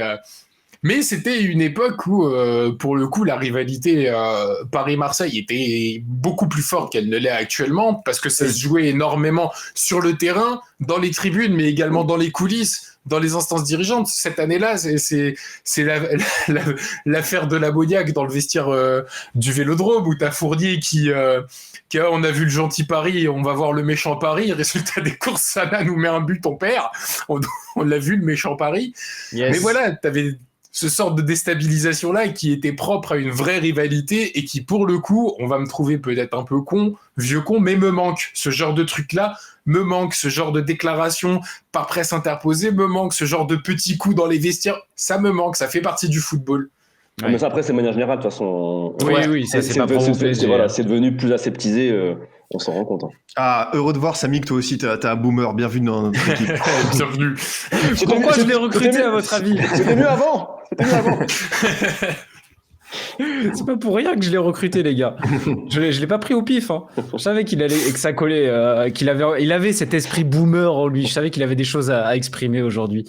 C'est cool votre émission. Je ne connaissais pas. C'est tous les samedis en général. Nous demande Touzi.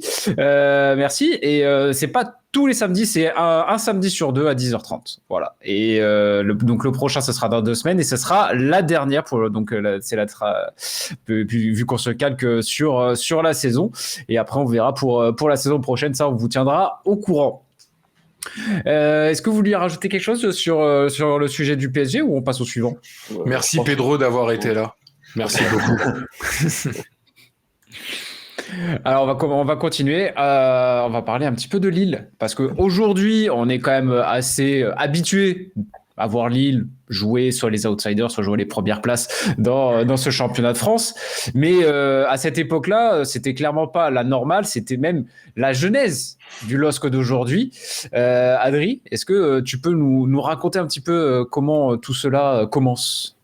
Ouais, absolument. C'est vrai que c'est intéressant de se replonger dans ce LOSC de Claude Puel qui a su faire parfaitement la transition avec celui de Rudy Garcia qui sera ensuite champion quelques années plus tard en 2011. Et c'est vrai que quand on se replonge dans ce LOSC-là, il y avait déjà l'aspect du spectacle. C'était une équipe qui était vraiment dangereuse, qui savait extrêmement bien jouer les coups, notamment en contre-attaque, qui avait beaucoup d'armes offensives. Et c'est vrai que c'est une équipe qui était déjà, on va dire, bien positionnée sur le recrutement. Rien que cette saison-là. Moussilou. J'en fais encore des cauchemars. Moussilou, il s'en est pris aussi. Excuse-moi, Adri, mais Moussilou, il s'en est pris des taquets par les consultants football à l'époque, surtout quand il avait signé à l'OM. Ouais, surtout quand il était à Nice, oui, où il arrivait à marquer, à manquer le but alors qu'il était grand ouvert. J'ai l'impression qu'il a laissé, très bien, ouais. Il a laissé un beau souvenir partout où il est passé, le pauvre. Non, mais on va faire un petit débat parallèle. Matt Moussilou, je pense qu'il avait le meilleur agent du monde, c'est-à-dire que il était en difficulté à Lille, il signe à Nice, plus gros transfert de l'histoire de l'OGC Nice à l'époque. Bon, 4 millions d'euros, hein, c'est notre époque évidemment. À Nice, il marque pas un pion. Derrière, il va se relancer en prêt à Saint-Etienne. Tu te dis, bon, non, tu te relances dans un club de moindre envergure. Non, il va à Saint-Etienne. À Saint-Etienne, il marque, je crois, 2 buts, ça flop. Il revient à Nice. Où est-ce qu'il va se relancer ? À Marseille, en prêt. Enfin, l'agent était juste incroyable. Bravo, mes respects. Je pense que ça devait être le père de Georges Mendes ou de Raiola, je pense. Il doit y avoir un truc. C'est un crack. Et en plus, n'oublie pas qu'il fait une petite pige à Boulogne lors de leur seule saison en Ligue 1 en 2009-2010. Mais au LOSC, c'est vrai que la saison précédente, il y a eu ce fameux quadruplé contre Istres qui lui avait donné beaucoup de crédit à ce Matt Moussilou. Mais c'est vrai que cette saison-là, c'était pas vraiment la principale arme offensive. On a beaucoup plus compté sur notamment Peter Odewingie. Je remercie Feu32 de nous avoir demandé, qui était déjà un attaquant très intéressant dans ses appels, dans sa manière de conclure les actions, qui était finalement un chaînon manquant dans ce LOSC, qui avait besoin d'un attaquant comme ça pour performer. Et c'est vrai que ouais, c'est exactement ça. Il y a eu Utaka, Odewingie. Odewingie, c'était la pépite Football Manager. On était tous contents de le voir débarquer en France. C'est comme Kallström. C'était de la folie. C'était de la folie. Et mine de rien, c'est vrai que ce LOSC-là, ils ont a réussi à battre l'OL déjà. C'était la première défaite de l'OL au cours du mois de décembre. Ensuite, il y a une défaite. Bon, l'OL était déjà champion. Il y a une victoire 4-0 flamboyante. Et mine de rien, ce LOSC-là, il y avait déjà l'incorporation. On en a parlé tout à l'heure, l'incorporation des jeunes à l'OL avec Benzema Ben Arfa. Aussi, du côté de ce LOSC-là, on a Cabaye, Debuchy qui commence à émerger. On a aussi les tauliers du vestiaire qui étaient déjà là, les Dumont, Lyon, les Taforo. Mais le recrutement, moi, j'ai vraiment envie d'insister là-dessus. Kader Keita, qui ensuite sera une très très belle plus-value vendue à l'OL, il s'imposera pas, mais Kader Keita sur cette année lilloise, c'était extrêmement dangereux. C'était c'est le monde. Ah ouais, franchement, en termes d'ailier, en termes de puissance, de vitesse, de 1 contre 1, extrêmement dur à marquer. On a Daniel Gigax, quand même, qui était un joueur assez complet, qui était un milieu offensif. Suisse. Exactement. Ouais, Suisse, c'est ça. Qui fait d'ailleurs la Coupe du Monde en 2006 après. D'ailleurs, je crois bien qu'il joue. Je suis pas sûr, mais je crois qu'il joue contre la France le premier match de poule, le 0-0. Il me semble qu'il joue. Bien vu, Samy.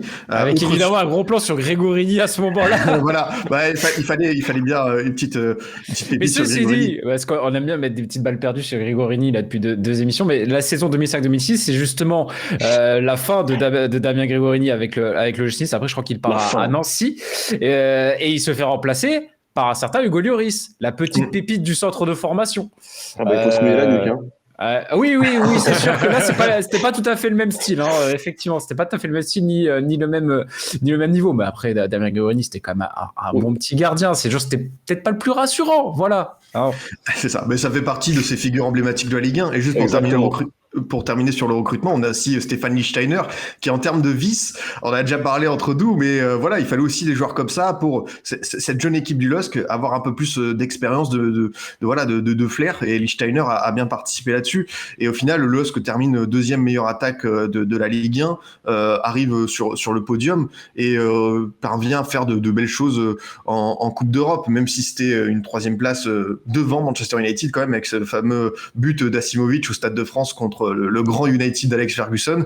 Le LOSC à cette époque, c'était une équipe qui était divertissante, nous apportait nos lots d'émotions. Et c'est vrai quand on dit que c'est vraiment la jeunesse du grand LOSC, évidemment, les 2 saisons suivantes de Claude Puel n'étaient pas fameuses, mais je trouve que dans l'état d'esprit, dans ce qui se dégageait, dans la construction d'équipe, dans finalement la vision de Michel Seydoux, il y avait déjà de très bonnes choses.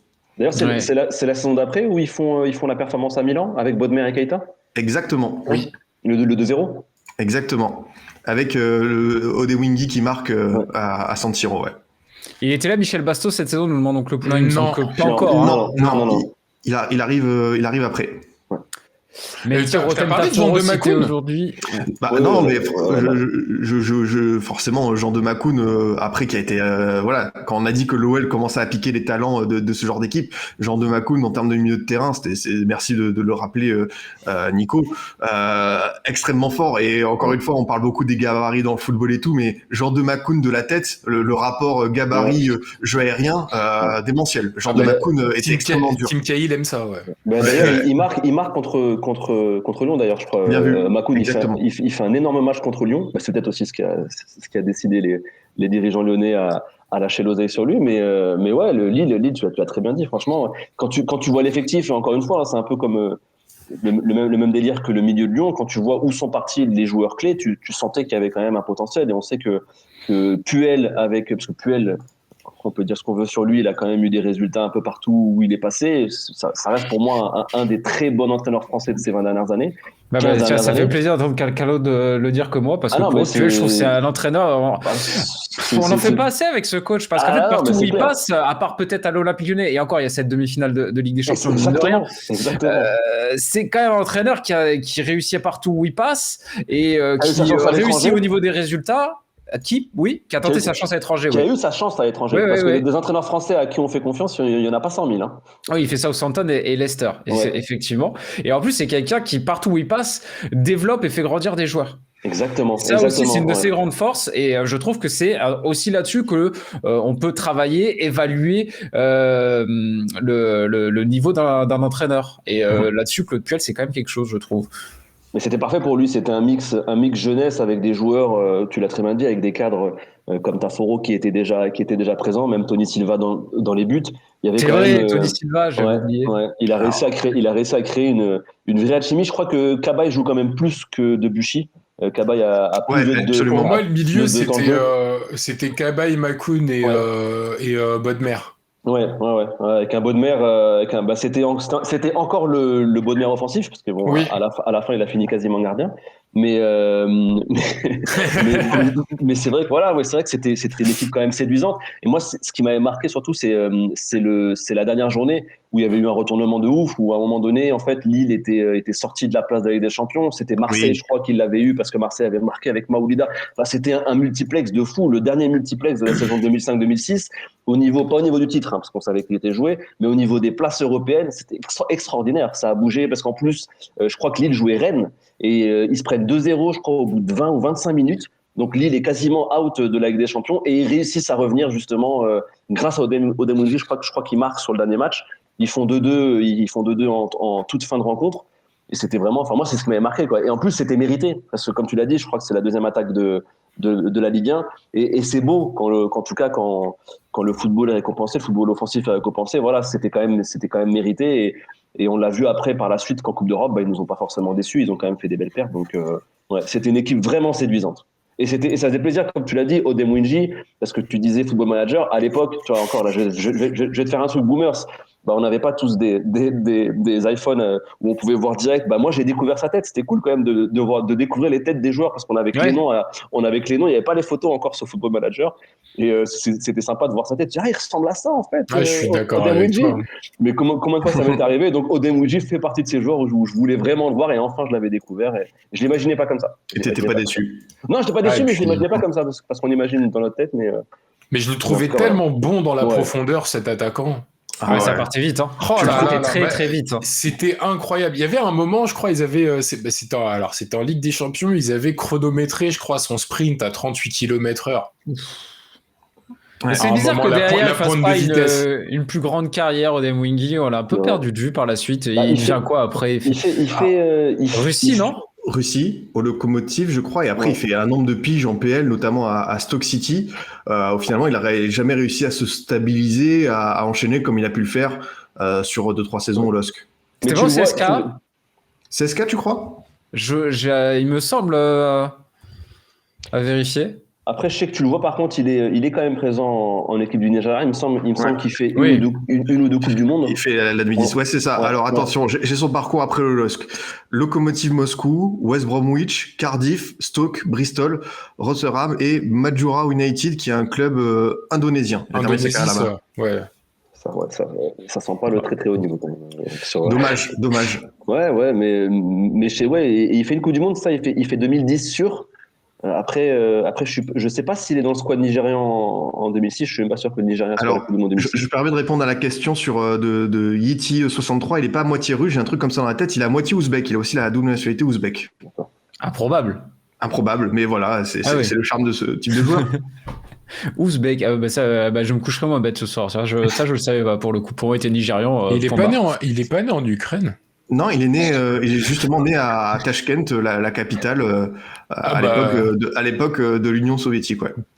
Décidément. Ouais. Je savais qu'il était né dans le bloc. Je pensais qu'il était né en Ukraine, tu vois, mais... Improbable. En tout cas, c'était vraiment un des super joueurs de cette équipe, équipe du LOSC. Et on a commencé à en parler un petit peu, mais il y a aussi tous ces joueurs, hein, tous ces jeunes que Puel a formés et développés vers le très haut niveau, et qui derrière finissent à l'Olympique Lyonnais notamment. Hein, Kader Keita, Bodmer, genre de Makoun. T'avais vraiment. Kevin Miralas aussi, je crois, qui était sur le banc à cette époque-là. Donc il a pas eu une carrière dégueulasse, qui est Miralas. Non, il a joué au PL, mine de rien. Il a fait Olympiakos, il a fait... Ouais, Everton, c'est ça. Everton, ouais. T'avais Dante aussi, je crois. Bonfim, qui était parti en prêt en Belgique. Ouais, Dante, il arrive à Lille, je crois, au mercato d'hiver, avec sa grande carcasse. Puel, pour le coup, avait la bonne idée de le faire jouer arrière gauche. C'était pas une franche réussite. Je me souviens que ces matchs, je les trouvais catastrophiques. Du coup, derrière, il va effectivement après, je crois que c'est à Charleroi, si je dis pas de bêtises. C'est ça. Et après, il finit. C'est là qu'il part. Après, il part en Allemagne, il va à Gladbach. Et après Bayern, et après le pic de sa carrière, bien sûr, il signe à l'OGC Nice. Mais c'est fou quand même. mais c'est quand même fou de se dire que Dante, il a été bloqué par Plestan et Vitakic quand même. C'est quand même. Ouais, comme quoi, hein. Et Tavlaridis. Ouais, Tavlaridis, c'était bon. Tavlaridis, pardon. Plestan était bon aussi. Oui, mais c'était pas la classe internationale, d'accord, mais c'était un bon défenseur de Ligue 1.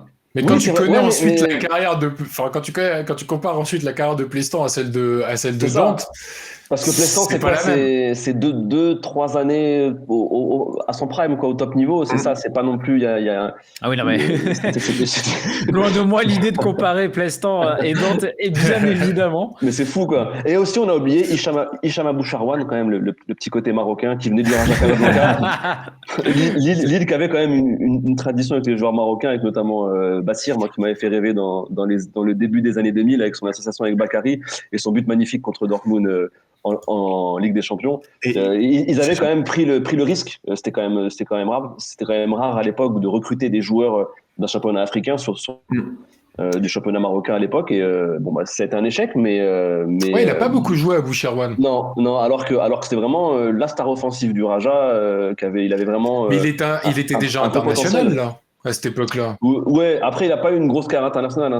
Il a eu un fort potentiel à ses débuts. Il a eu quelques sélections, mais il y a justement ce déclic. Lille en fait marque un peu le déclin de sa carrière parce que il joue peu. Il joue quand même. Hein. Il marque, je crois, quelques buts. Mais c'est vrai que c'est pas ce qu'on attendait de lui en tout cas. Je me permets, Alex, de répondre à la question et de revenir à la question de CIC sur quel joueur est issu du centre dans cette équipe et surtout de revenir sur la jeunesse finalement de cette équipe du LOSC parce que on a deux trentenaires, Tony Silva et Maliki. On a deux joueurs qui ont 28 ans, Asimovic et Vitakic. Et après, c'est que des joueurs qui ont moins de 26, 25 ans qui sont voilà, c'est dans le développement finalement de ces jeunes talents et c'est intéressant de revenir là-dessus sur Claude Puel. Les joueurs formés au LOSC, on a donc Debuchy, Cabaye, Dernis. Dans la post-formation, on peut dire qu'il y a Moussilou, il y a Jean de Macoun, on a aussi Peter Francard, on a Stéphane Dumont, on a Mathieu Robaille, voilà, on a Nicolas Fauvergue aussi, Samy en a parlé. Du coup, ouais, c'était la formation lilloise aussi qui était valorisée, mise en avant par Claude Puel à juste titre. Ouais, effectivement. Non, mais après, on connaît Puel. On sait que lui, s'il va dans un club, c'est pour développer des jeunes. Hein. Ça, c'est sa grande spécialité et c'est vrai qu'il le fait quand même généralement à merveille partout où il passe. Tiens, un but de Moussilou. Incroyable. Ça existe. C'est beau. Mais il avait un nom stylé. Il avait un nom parfait pour le marketing. Ouais. Après, sa première saison avec le LOSC, par contre, était incroyable. Sa première saison, vraiment, c'était c'est un peu comme Bamogo. Tout le monde s'était totalement emballé. Il est aux portes de l'équipe de France. Le nouveau Thierry Henry, je m'en souviens très très bien. Attention. Mais Bamogo, tu sais qu'il marque justement lors de cette saison, il marque des jolis buts avec Nantes. Hein. Bon, il en marque pas beaucoup, mais il marque quand même. Attention, Bamogo, il a mis des petits buts. Je me rappelle un but où je crois que non, c'est Brasigliano qui l'évite. Moi, ce but-là, il m'avait marqué là où il fait une sorte de grand pont, il pousse juste la balle pour ensuite éviter la sortie de Brasigliano. T'as parlé de Bamogo, Nico a dit c'est trop pour moi, stop. Lui, il est habitué au football d'élite, tu vois. Lui, ça fait des années qu'il bouffe du Neymar et du Zlatan. Tu lui parles de Bamogo, c'est bon, on l'a perdu. Ouais, mais tu trouves. Ah, il est pas. Ah, d'accord. Okay. J'avais pas encore le retour. Ouais, désolé pour Bamogo. Ouais, non, mais mais tu sais que tu trouves de la beauté partout en fait, même chez un joueur que tu penses moyen, et il y aura quand même un éclat qui te fera kiffer. C'est ça la nostalgie. Voilà, et puis c'est ça aussi la force de la Ligue 1, de la Ligue des talents. Même un joueur que tu penses que, finalement, il restera un jour à te faire rêver, tu vois. Ouais. Non, mais Bamogo, il avait réussi quand même sans maintenir le niveau exceptionnel de sa première à Montpellier. Il arrivait toujours à marquer, entre 7 et 10 buts par saison. Il arrivait quand même à avoir un niveau intéressant et à rendre des services. Alors que Moussilou, pour le coup, c'est vrai qu'il avait vraiment fait, il avait vraiment chuté. Bon, bref, on va peut-être pas non plus faire une émission spéciale pour descendre ce pauvre Moussilou. Le pauvre se fait mitrailler depuis le début de l'émission, il n'a rien demandé. Alors que lui, il fait une bonne saison en plus, donc à la base, incroyable. Ah bah voilà, ça y est, Nico est de retour. Ah bon, on parle plus de Bamogo, donc c'est bon. Ouais, c'est bon. C'est bon. On va reparler un petit peu de football d'élite, du coup, il est content. J'ai envie qu'on fasse une petite pause vidéo. Ouais.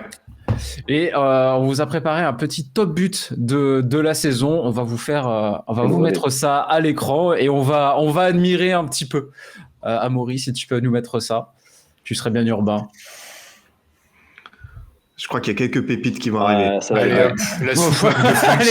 Allez, on commence très très fort quand même. Mais c'est là, c'est un classique, hein. C'est un gros souvenir cette frappe. Hein. Ah oui, ça c'est la frappe qui l'envoie au mondial. Hein. Ah, c'est incroyable. C'est la surprise de la liste de Domenech et avec Ouais. Chibonda, et grâce à ça, hein, c'est vrai que ça lui permettait de participer. Ah, magnifique. Celle-là La- aussi de Govou, elle est belle. Hein. la belle relance de Fred Déhu, tiens, pour vous faire plaisir. les Parisiens. Magnifique. Oh, Romain Rocky, je l'avais avec oublié, Ajaccio, lui. ouais.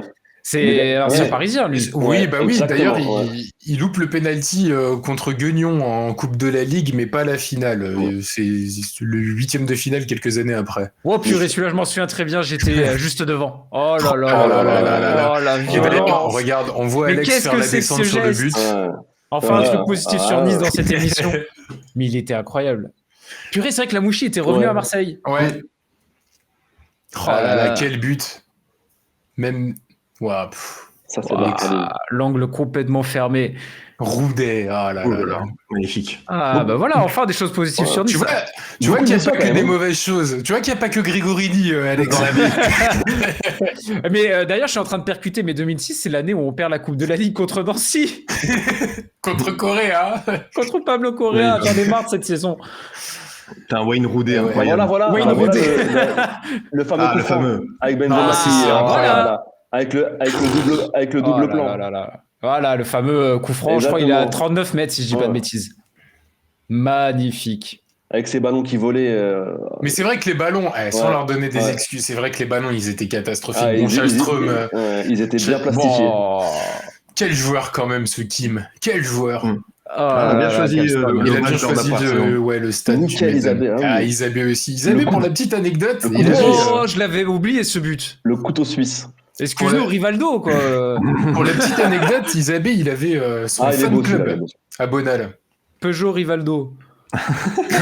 Avec le petit pont. Oh là là, Ouais, quel ouais. joueur aussi, Chirou. Ah, il met un but là. Aïe aïe aïe. Là, magnifique. Oh, Là, oh. Et après, hop, petit crochet. bon. Ouais, Et dire qu'à l'époque on se plaignait, ouais, il n'y a pas assez de spectacles dans cette ligue. ça les met en valeur, hein, là. Ah bah écoute, là c'est... Là, Ouais, c'était, et- mais c'était là. Dommage que, enfin, sur le top, petit, Paoletta aurait mérité d'avoir son coup franc en direct une fois de plus. Ouais, je C'est me vrai rappelle qu'il aussi était quand même assez incroyable. d'un but de Delbuc avec Saint-Etienne aussi, une grosse praline qu'il avait envoyée, je crois, contre Marseille. Ouais, Qui m'avait dans la marqué boucle- aussi. Dans la Ah, boucle c'est intro, on le voit parce qu'il y a une passe géniale de Loïc Perrin qui était beaucoup plus avancé sur le terrain. Exactement. C'est À jour-là, Perrin qui. que- Ah, Exactement. merci, Amo. Il y a une Avec Perrin qui fait une talonnade dans le sens du jeu, ouais, c'était fou. Exactement. Mais ce Avec- but, quand même, de Paoletta, je suis désolé, je suis en train de commenter le but, mais c'est incroyable. Comment il a fait pour. Déjà, Landreau, on le Il sent est en qui train de sort. commenter avec une main dans le slibard là quand même. Hein. Non, elle est là. Je rassure, elle est là. Elle est sur ma cuisse. Elle est pas encore dans ce libar. Mais, mais purée, l'angle est incroyable. Là, on le voit mieux. Là, Aïe aïe aïe. tu peux rien faire. Pleine Exceptionnel. Sublime. Exceptionnel. On va parler un petit peu du Mans. Ça fait plusieurs fois qu'on évoque le Mans dans cette émission, mais on s'y attarde pas forcément. Mais là, pour le coup, c'est le bon moment, Adri, avec notamment un petit focus sur certains joueurs japonais. Ouais, exactement, Alex. Je pense à Daisuke Matsui aujourd'hui. Pourquoi ? Parce que ça fait partie de ces joueurs qui ont chanté la Ligue 1 de ces années-là et on doit revenir sur sa période au Mans parce qu'après c'est vrai qu'il a joué à Saint-Etienne, à Grenoble et même à Dijon 3 matchs et ça je pense que personne ne s'en souvient. J'avoue que ça non. Où ça n'a pas forcément été une réussite totale, mais au Mans, ça fait partie de ces joueurs où il y a eu du recrutement extrêmement malin en Sarthe, avec notamment le président Henri Legarda, cette équipe entraînée par Rudy Garcia, où il y avait du flair, les Marco Baccia, les Graffité, les Tuyo de Melo, les Romaric. C'est vrai que Daisuke Matsui a fait partie de cette équipe, Gervinho aussi forcément, où on se dit que les recruteurs ont eu du flair en allant chercher à Kyoto, au Japon, alors qu'il était tout jeune. Et d'ailleurs, anecdote, Daisuke Matsui a 40 ans et joue Magnifique, toujours. Il joue à Saigon au Vietnam. Et ouais, là, Incroyable. on peut admirer la qualité sur ces 2 buts contre 3. Cette saison-là, il marque que 3 buts. Il marque un doublé contre l'Estac, mais une Madjer et cette reprise absolument bluffante. Matsui était surtout connu pour être un excellent passeur, pour être vraiment le chaînon manquant entre le milieu et l'attaque. Un mec qui savait extrêmement bien se passer entre les lignes. Et c'est vrai qu'avec des attaquants comme De Melo, Graffité, t'avais de la taille et tu pouvais facilement les trouver. Ouais. Petite question juste par rapport à l'âge de Matsui, au fait qu'il joue encore. C'est pas en G-League notamment que Casmiura, bientôt 60 piges, joue encore ? Oui, Ouais, oui, ouais, exactement. Celui qui a encore prolongé le plaisir. Je crois qu'il a 54, 55, si je ne m'abuse. Peut-être même un peu plus, et il avait marqué l'année dernière d'ailleurs en G-League, faisant de lui genre le scoreur le plus vieux de tous les championnats confondus. Kazuyoshi Miura, effectivement. Ouais. J'avais fait une vidéo sur le football japonais sur ma chaîne YouTube. Si vous voulez en savoir un petit peu plus sur cette légende, n'hésitez pas. Je fais ma petite promo. Hein, je me fais T'as plaisir raison. forcément. Hein. Fais-toi plaisir. Mais l'histoire est quand même assez incroyable, et d'autant plus que ce mec-là, c'est le mec qui a quand même inspiré l'auteur d'Olivier Tom. Bien sûr. Et excusez du peu. C'est quand même assez incroyable. Mais revenons-en à Matsui. Non, revenons-en à Matsui, ouais, parce qu'il arrive finalement au Mans assez jeune. Il arrive à 23 ans, parle pas la langue, pas habitué. Et c'est vrai qu'en se replongeant dans les interviews, les archives de l'époque, il y a une forme d'intégration qui est extrêmement positive au Mans, où beaucoup de joueurs sont allés vers lui ont voilà, inculqué finalement la culture du club, la culture française, qui n'est pas de râler dans les bouchons, mais bien de savoir comment se comporter sur le terrain. Et c'est vrai que Matsui a été un élément fort de ce Mans de l'époque, par sa qualité technique, sa vision du jeu, et finalement voilà, l'action pareille à Strasbourg, il dribble tout le monde, il sait servir. Ouais, franchement, le Matsui Mans, fallait aller le chercher, il est extrêmement talentueux, et c'est vrai que on a eu des joueurs japonais qui ont eu du mal à s'intégrer en Ligue 1, notamment Nakata et ce fameux dribble dans la neige contre Saint-Etienne avec l'OM, mais Matsui, on a vite senti que il n'y avait pas de souci au niveau de l'adaptation, et que tout le monde lui faisait confiance, et le ballon passait très souvent par lui, et les attaquants lui rendaient bien. Après, c'était vraiment le meneur de jeu, quoi. Et il avait un style atypique dans cette Ligue 1 qui était quand même réputée assez physique. D'ailleurs, elle l'est toujours, mais voilà, il y a quand même des normes physiques à tenir pour généralement performer dans notre championnat. Et lui, c'est pas du tout ça, quoi. Lui, c'est un artiste, c'est limite le joueur à l'ancienne avec ses chaussettes basses. Moi, c'est ça qui me marquait, parce que il envoyait pas du flow de ouf, mais voilà, c'était la petite touche juste, le côté original, une vista en fait c'est ça en fait qui le, comment dire, pas qui le sauvait, mais qui lui permettait d'être au-dessus des autres, quoi. Après, il faut dire qu'autour il y avait quand même du lourd, hein. Quand on voit cette équipe du Mans, ils avaient quand même mis les petits plats dans les grands, parce que c'est quand même plus facile de briller et de faire des passes, parce que un passeur, il est bon aussi quand le buteur convertit, hein. C'est un petit peu une association. Donc quand t'as Bangoura, Ismaël Bangoura, excellent international malien, graffité tous les deux mélos, Romarek au milieu aussi qui t'aide bien pour Fanchon. Fanchon. L'équipe elle était solide. Franchement, ils avaient fait quelque chose de très intéressant, et c'était je crois que c'était un promu, c'est ça, c'était un promu cette année, il me semble. Non, c'est la saison d'avant. Ouais, je crois. Et d'ailleurs, si je me souviens bien, Graphite, il me semble qu'il avait payé de sa poche, je crois à peu près l'équivalent de 3 millions d'euros pour pouvoir être libéré de son club brésilien. Je crois que c'était à vérifier, mais je crois que c'était le São Paulo FC. Et il avait lâché 3 millions d'euros pour pouvoir être libéré de son contrat et signer au Mans. Le mec était vraiment déter à bouffer de la rillette quand même. Hein. C'était bien un promu, parce qu'on avait fait la saison 2003-2004 où ils étaient descendus, avec Daniel Cousin, et c'est vrai que ils n'ont pas fait les mêmes erreurs d'ailleurs, justement. Ouais, ils avaient bien appris.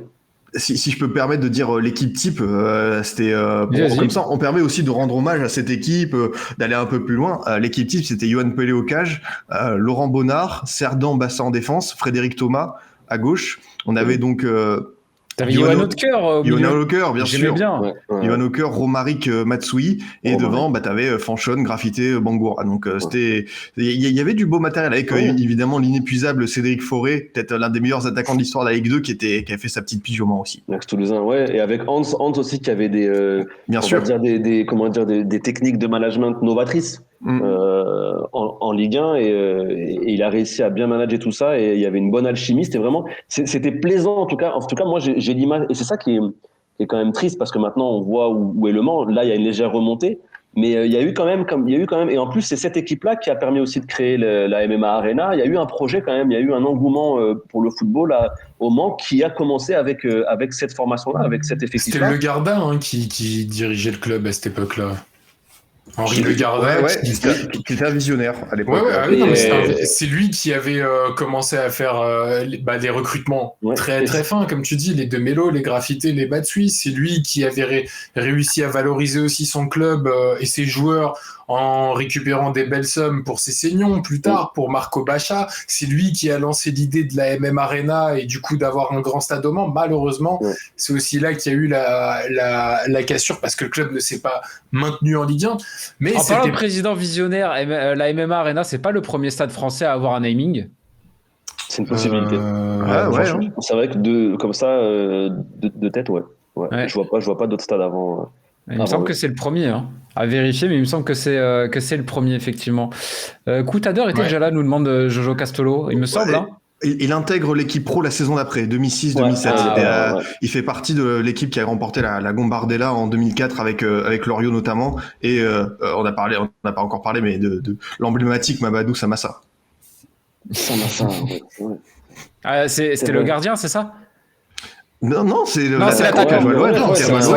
Il y avait un Samassa gardien aussi, qui a fini à l'OM d'ailleurs aussi, non? À un moment donné. Je sais plus. Samassa gardien, il y a Samassa joueur. Je crois que Samassa est fini à l'OM. Il est attaquant. Il est attaquant. Il y a l'attaquant. C'est un Moussi-Louis. C'est même période qu'Eliott Grandin, je crois. Ouais, c'est peut-être moi qui ai mélangé un petit peu mes pinceaux. C'est pas grave. Moi, il y a un autre truc qui m'a marqué du Mans. Alors c'est ma petite c'est mon petit toc à chaque fois parce que je vais parler chiffon, c'est les maillots. T'enlèves le sponsor qui t'invite à manger du poulet fermier. Le maillot était quand même très très beau pour l'époque. C'était le style maillot AGO Cercle. Les maillots Kappa quoi. AS Roma, Italie aussi à l'époque, équipe nationale italienne. Ils avaient des super beaux jeux de maillot. Alors bon, le rouge et jaune était bien pétant, mais à l'extérieur, ils avaient un bleu ciel, ils avaient un noir, ils avaient un jeu de maillot très très joli qui leur donnait un petit côté encore plus sexy que l'équipe de l'été. Ce qui fait que je parle bien évidemment de jeu et de hype. J'aimais beaucoup cette équipe et c'est pas la saison d'après où à un moment donné ils sont 3e du championnat ou même ou en tout cas ils font top 7 ou ils font un top 7 ou un top 8 le Mans. 3e ça me semble. 3e j'ai pas dit qu'ils finissaient un 3e, j'ai dit qu'à un moment donné ils étaient 3e du championnat à tel point que on mettait dans les oreillettes des commentateurs et des consultants. On donnait l'oreillette, c'était à Frédéric Hans, je crois, pour qu'il écoute la musique et on lui avait mis la petite musique de la Ligue des Champions. Et il a fait non, mais quand même, déconnez pas, les gars. Palmarès, on a été 3e à la 25e journée, quoi. Exactement. Nancy a failli être en Champions League aussi. C'était une autre époque, cette Ligue 1. Toulouse a fait les barrages. Toulouse a fait les barrages. Tu dis ça maintenant, aujourd'hui, c'est improbable. Leur meilleur classement en Ligue 1, c'est 9e 2007-2008. Petite information, petite confirmation d'Amaury, la MM Arena c'est bien le premier naming en France. Ok. Bon, d'accord. Donc visionnaire jusqu'au bout. Ouais, effectivement. Et il y a Vedran qui parle aussi, c'est marrant, autre compétition, c'est le match de folie en Coupe de la Ligue contre Lens, le fameux 5-4 qui est peut-être le plus grand match de l'histoire de cette défunte compétition avec assez de folie. Et c'est le Lens qui va au Stade de France contre le PSG et qui descend cette saison-là. 2007-2008. C'est ça. Ouais. C'est exactement ça, avec les Monterrubio, les carrières qui étaient déjà présents. Ouais, en tout cas, c'est vraiment le genre de petites équipes dont on se souvient avec beaucoup de nostalgie, alors qu'à l'époque, peut-être un petit, c'est vraiment après coup que tu commences un petit peu à apprécier. Sur le moment, je vais être honnête, je m'en fichais un petit peu du Mans, même si je me disais, ils ont quand même quelques joueurs sympas et tout, mais c'est vrai qu'après coup, tu dis, mais en fait, vu les moyens qu'ils avaient, ce qu'ils produisaient, c'était quand même assez dingue. Hein. Et puis surtout, je pense que le fait qu'ils disparaissent, en tout cas au très haut niveau, ça joue aussi, ça nous rajeunit pas déjà. Mais bon, maintenant on a les streams d'Adri Football Manager avec Le Mans pour revivre les meilleurs moments. C'est ça, exactement. Je les ai ramenés en Ligue 1, donc le peuple sartois vibre à travers FM21. Et là, ils sont quoi ? Ils sont en national. Ils sont en national et ils ont raté la montée d'un point, enfin le barrage que Villefranche a accroché d'un point, mais ils ont eu un sprint final qui était sympa, mais trop juste par rapport à l'ensemble de la saison. Donc Généalogie nous le rappelle sur le chat, ouais. Ouais, ils sont revenus de très très loin. Hein. C'est comme Bastia aussi. Hein. Bastia, ça remonte très très bien. Hein. Comme Strasbourg, voilà, il a fallu une descente administrative, financière pour que ces clubs repartent avec des projets sains de manière apaisée. Et Bastia, là, est revenu en Ligue 2 avec un projet très sympa, donc à suivre. Après, je trouve ça quand même très très beau comme concept. On est quand même 4000 sur Twitch en 2021. En live à parler de Le Mans. Ouais, mais c'est ça. Le concept est quand même génial. Donc pour la petite anecdote, Le Mans, la saison d'après, si Le Mans gagnait au Parc, il arrivait à 1 point de la 3e place et juste après donc l'affaire de la petite musique de la Ligue des Champions sur l'oreillette, sur les 8 dernières journées, Le Mans ne gagne plus qu'un match. Voilà. Ah ouais, les chats noirs quoi. Ah ouais, attends, mais de toute façon, dès que tu fais ça, c'est comme quand tu touches la coupe avant de jouer la finale. Dès que tu fais ça, c'est bon, tu t'es grillé, c'est fini. Allez, on va terminer avec une dernière chronique et avec un match de légende. Alors au début, on voulait parler du match des Minots, mais on s'est quand même souvenu entre-temps que c'était peut-être pas le match le plus spectaculaire à présenter avec ce 0-0. On sent, il est dans la légende pour tout le contexte, mais pas tant pour ce qui s'était réellement passé sur le terrain. Du coup, on s'est rabattu sur un autre match, un certain Lens-Auxerre. Tu peux nous rappeler le score, Nico ? 7-0, c'est pour ça que tout à l'heure j'ai dit que le 6-0 n'était pas le score le plus élevé de la saison, puisqu'il y a eu un 7-0 et un 8-1 dans cette Ligue 1, mais le 7-0 est plus important que le 8-1, parce que le 8-1 de Lyon, le championnat était déjà terminé, alors que là, on est au tout début du championnat de France, entre le RC Lens, donc... petite équipe à l'époque. Hein. Non, on rigole bien évidemment. Lens était la plus grande équipe du nord de la France, encore à cette époque-là. Lens était une équipe qui se battait et qui avait des ambitions européennes exactement tous les ans, toutes les saisons, et recevait Auxerre, qui était à ce moment-là la meilleure défense du championnat, qui Auxerre aussi avait des ambitions européennes à toutes les saisons, au moins accrocher le top 6 français, c'était systématique, et on se retrouve dans une confrontation entre deux équipes. On était absolument loin d'imaginer ce qui allait se passer ce soir-là. Pourquoi ? Parce que Auxerre était, je l'avais dit, une des meilleures défenses du championnat. Lens se cherchait encore à ce moment-là dans ce début de championnat, n'avait pas encore son attaque qui était complètement rodée.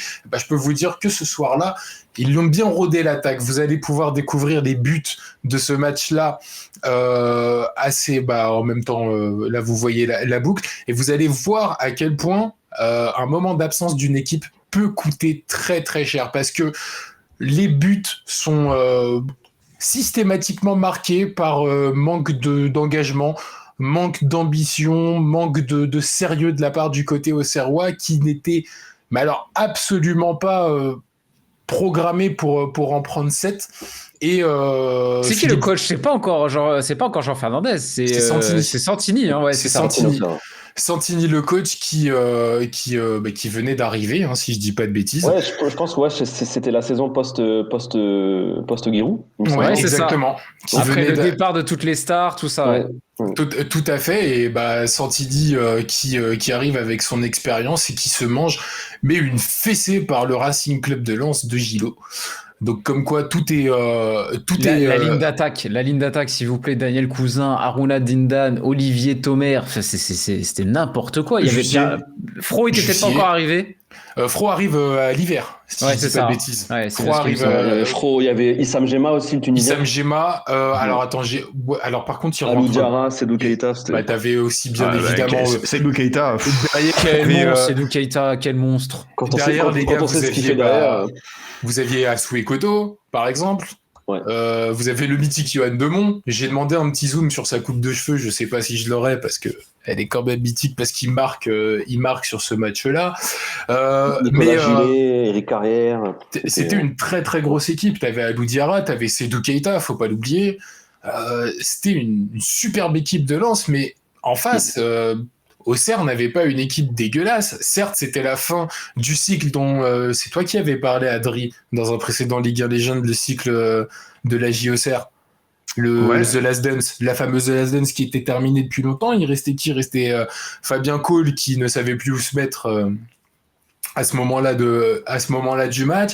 T'avais des René Wolf, t'avais Et Qui ça Benjamin, il y avait pas Benjamin devant? Benjani. Benjani Ouais. si, il y était. Avec Pierre, mais c'est Pierroni qui fait une grosse saison. Ouais, qui maintient cette équipe de la GIA un petit peu, ouais. Ouais, Mais- et d'ailleurs, on Il y a le voit, Yann Pironi, son seul fait d'arme sur ce match, c'est de prendre un jaune qui est pour le coup injustifié.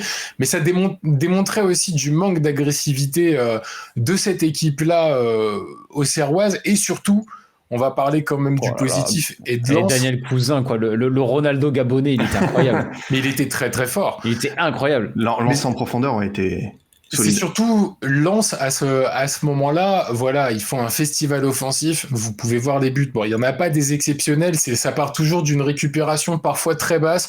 Toujours le même schéma. On lance un Cousin ou un Tomer dans la profondeur, ou on lance un joueur de couloir pour faire un centre en retrait, ou alors on attend une cagade de la part de la défense auxerroise. Mais c'est surtout voilà la volonté de Lens de faire mal, la létalité devant, le fait de n'avoir jamais arrêté de jouer dans ce match-là, contrairement à Auxerre qui en fait s'est très vite éteint parce que ils prennent 2 buts coup sur coup en première période, donc ils sont menés 2-0.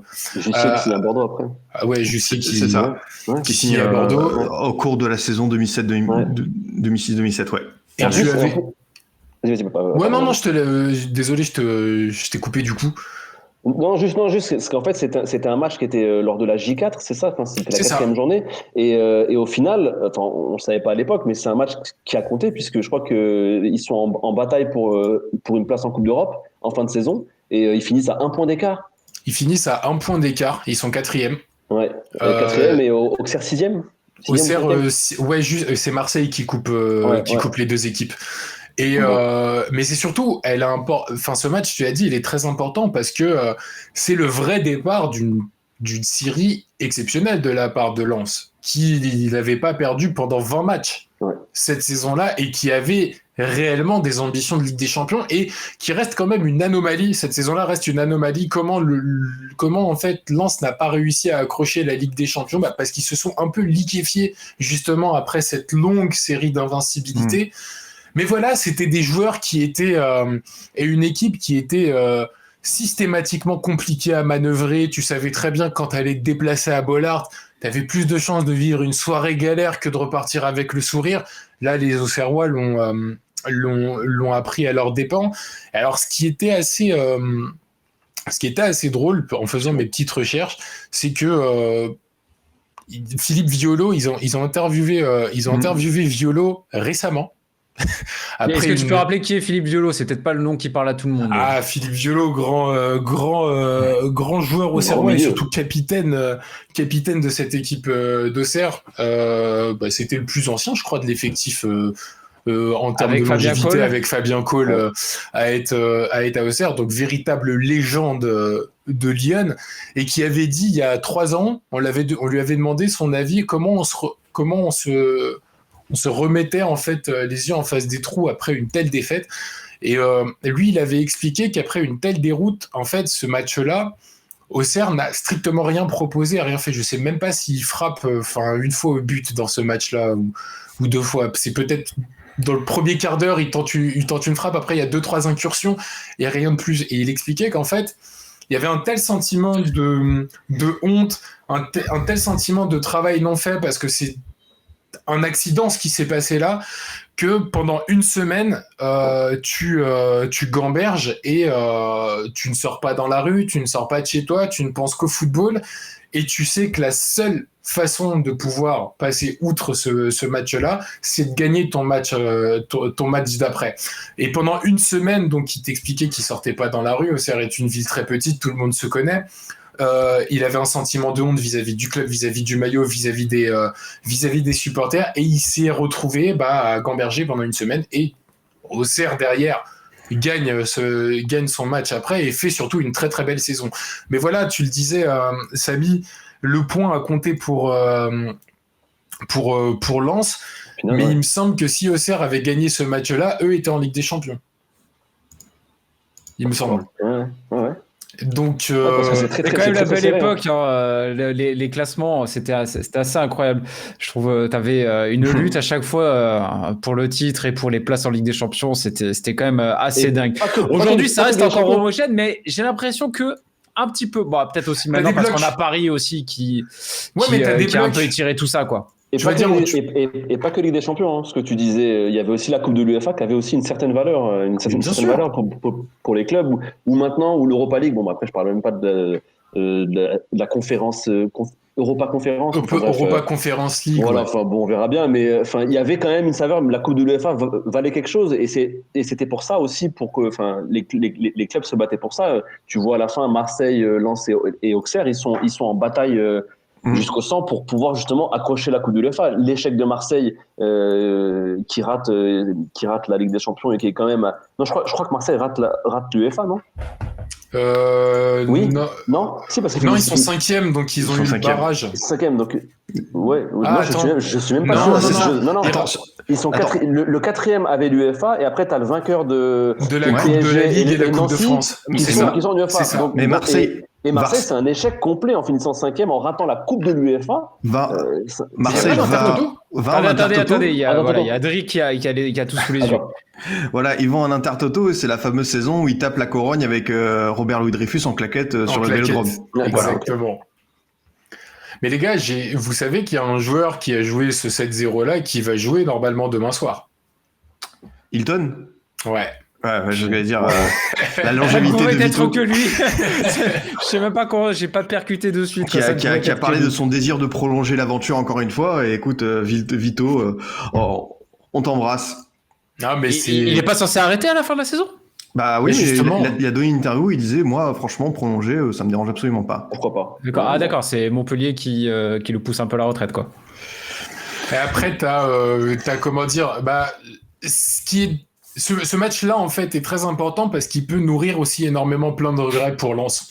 On l'a dit, Lens a loupé la Ligue des Champions, mais Lens, c'était une équipe qui, avait énormément de mal, malgré la farandole de buts qu'on vient de voir sur ce match, avait énormément de mal à marquer beaucoup de buts dans les autres matchs. Et c'est vrai qu'ils avaient un peu ce syndrome de briller face aux grandes équipes. Je pense notamment au match au Parc où ils gagnent 4-3 après avoir mené 4-1. Mais c'était une équipe qui avait énormément de mal à confirmer ce que tu pouvais voir d'une semaine à l'autre. Et dans cette longue série d'invincibilité, il y a beaucoup de matchs nuls où Lens avait la main mise sur le match et où tu avais un relâchement qui leur était fatal, contrairement à Lyon, qui avait une telle marge que Lyon pouvait se relâcher, être mené et traverser un score. Et peut-être qu'il manquait, justement, on a parlé de la ligne d'attaque de Lens. Franchement, honnêtement, la ligne d'attaque de Lens, elle était belle quand tu regardes. Daniel Cousin, c'était quand même un très très bon attaquant. Je crois qu'il marque 13 buts ou 14 buts cette saison-là. J'ai plus le chiffre exact en tête. Je crois que c'est 13. C'est 13. T'as Jussier qui commence à faire qui commence à faire parler de lui. T'as Tomert. C'est quand même Ouais, c'est bien 13. Merci Amaury. Merci Amo. C'est quand même une très très belle équipe. Et je pense que ça restera un regret. Et malheureusement pour Lens, c'est aussi le début de la fin, parce que je sais plus ce qu'ils font exactement en 2006-2007, mais 2007-2008 en revanche c'est totalement la fin du RC Lens, et c'est peut-être même si Lille arrive devant Lens cette saison-là, c'est peut-être la dernière. Ouais, dis-moi, Adrien. Là, le vrai échec, le tournant, c'est le dernier match de la saison 2006-2007 où le Lens de Gillot peut accrocher avec des champions et ils perdent à 3. Oui. Ils se ramassent et derrière les Gillot part, alors que tout le monde était unanime pour dire qu'ils faisaient de l'excellent travail au Racing. Et derrière, il y a Giroud, il y a Papin, il y a Wallem. Enfin, l'enchaînement fait que Lens termine cette saison 2007-2008 en Ligue 2. Alors que voilà, le travail accompli par Gillot était bon. Et c'est ça, Vedran qui dit 5e en 2006-2007. Voilà, si tu gagnais à 3, t'étais en C1. Et là, c'est pas le même projet, c'est ça. C'est là, si tu repars comme les années 2000-2003, Morera, Bakary, tout ça, le maillot or sublime. Donc, par contre, on va encore parler chiffon, mais les jeux de maillot de Lens aussi à l'époque, surtout le maillot noir là, avec le flocage doré. Ils avaient tout était parfait pour le coup. L'équipementier, le sponsor, tout était les couleurs, tout était nickel chez eux. Ah, mais Ça, c'était flashy à un moment donné, justement, avec leur titre de 80. À partir de leur titre de 98, il y a eu voilà, des participations fréquentes en Coupe d'Europe, notamment en Ligue des Champions, des internationaux. Il y a eu la période Diouf, Papa Bouba Diop et tout. Ils mettent pas un 3-0 au Milan 3-1, non 3-1, non le 3-1. 2002-2003 à Bollard. avec une doublette devant, t'avais quand même une confrontation assez improbable entre Maldini, Nesta d'un côté et de l'autre Bakary et Moreira. Ah ouais, bah, Ça écoute, marque un homme à un moment donné. c'est le charme des années 2000, hein, où des équipes pouvaient comme ça se dépasser à Ouais. coup. Il y avait aussi Utaka, non, qui était... Utaka, ouais, il part. Qui était déjà là, ouais. Il part en début de cette saison. Il signe à Rennes en début de cette saison. Et il se mange un triplé, ouais. Pour les Utaka, il mettait remercier, des triplés à chaque match. On a appris il ça. leur met un triplé. Bah, en Et- fait, et non, d'ailleurs, son premier triplé avec Lens était contre Rennes. Et après, il signe à Rennes et son premier triplé avec Rennes était contre Lens. Il a fait les deux. Incroyable. comme quoi, comme ça, ça, il y a pas de jaloux, il y a pas pas de de jaloux, rancune. voilà. C'est Exactement. Incroyable. Bon, bah écoutez les amis, on va terminer là-dessus. Merci à tous pour ce très bon moment. Merci messieurs. Merci à vous sur le chat d'avoir été aussi nombreux à avoir suivi cette émission. C'était un plaisir. Si ce n'est pas déjà fait, pensez déjà à mettre votre petit follow. Vous avez le petit cœur juste en dessous pour recevoir des notifications pour les prochaines émissions. Liga Legends, on se retrouve dans 2 semaines. En attendant, vous retrouverez Pass D avec Rivendi, les émissions e-sport également avec Kanto. Donc voilà, n'hésitez pas mal de beaux programmes sur cette chaîne Twitch. Et nous, on se retrouve très très vite. Alex, Oui, est-ce que je peux faire un petit coucou? bah vas-y, fais-toi plaisir. Je fais un coucou à Didier, @Vice6Football, sans qui je n'aurais pas pu être là puisqu'il m'attend au travail. Je file au travail. donc voilà, il m'avait dit ouais, je te laisse, mais tu fais une dédicace. Donc voilà, j'avais pas le choix. Didier, j'espère que t'es content. Parole tenue. Merci patron. Merci de nous Exactement. l'avoir Merci, libéré. boss. Et à demain pour Kickoff nous rappelle la batte. Oui, effectivement, si vous voulez nous retrouver, vous pouvez nous retrouver dès demain sur ma chaîne Twitch, Alex de Castro. Vous tapez sur Twitch, vous allez trouver très facilement. Émission Kickoff, un peu dans le même état d'esprit, un peu boomer, dans l'analyse, mais cette fois on parle plus de l'actualité. Voilà. Donc voilà, n'hésitez pas. Moi je vous dis à la prochaine et je vous souhaite un très très bon week-end. Ciao ciao. Merci Bon week-end à tous. Salut. Salut. Ciao.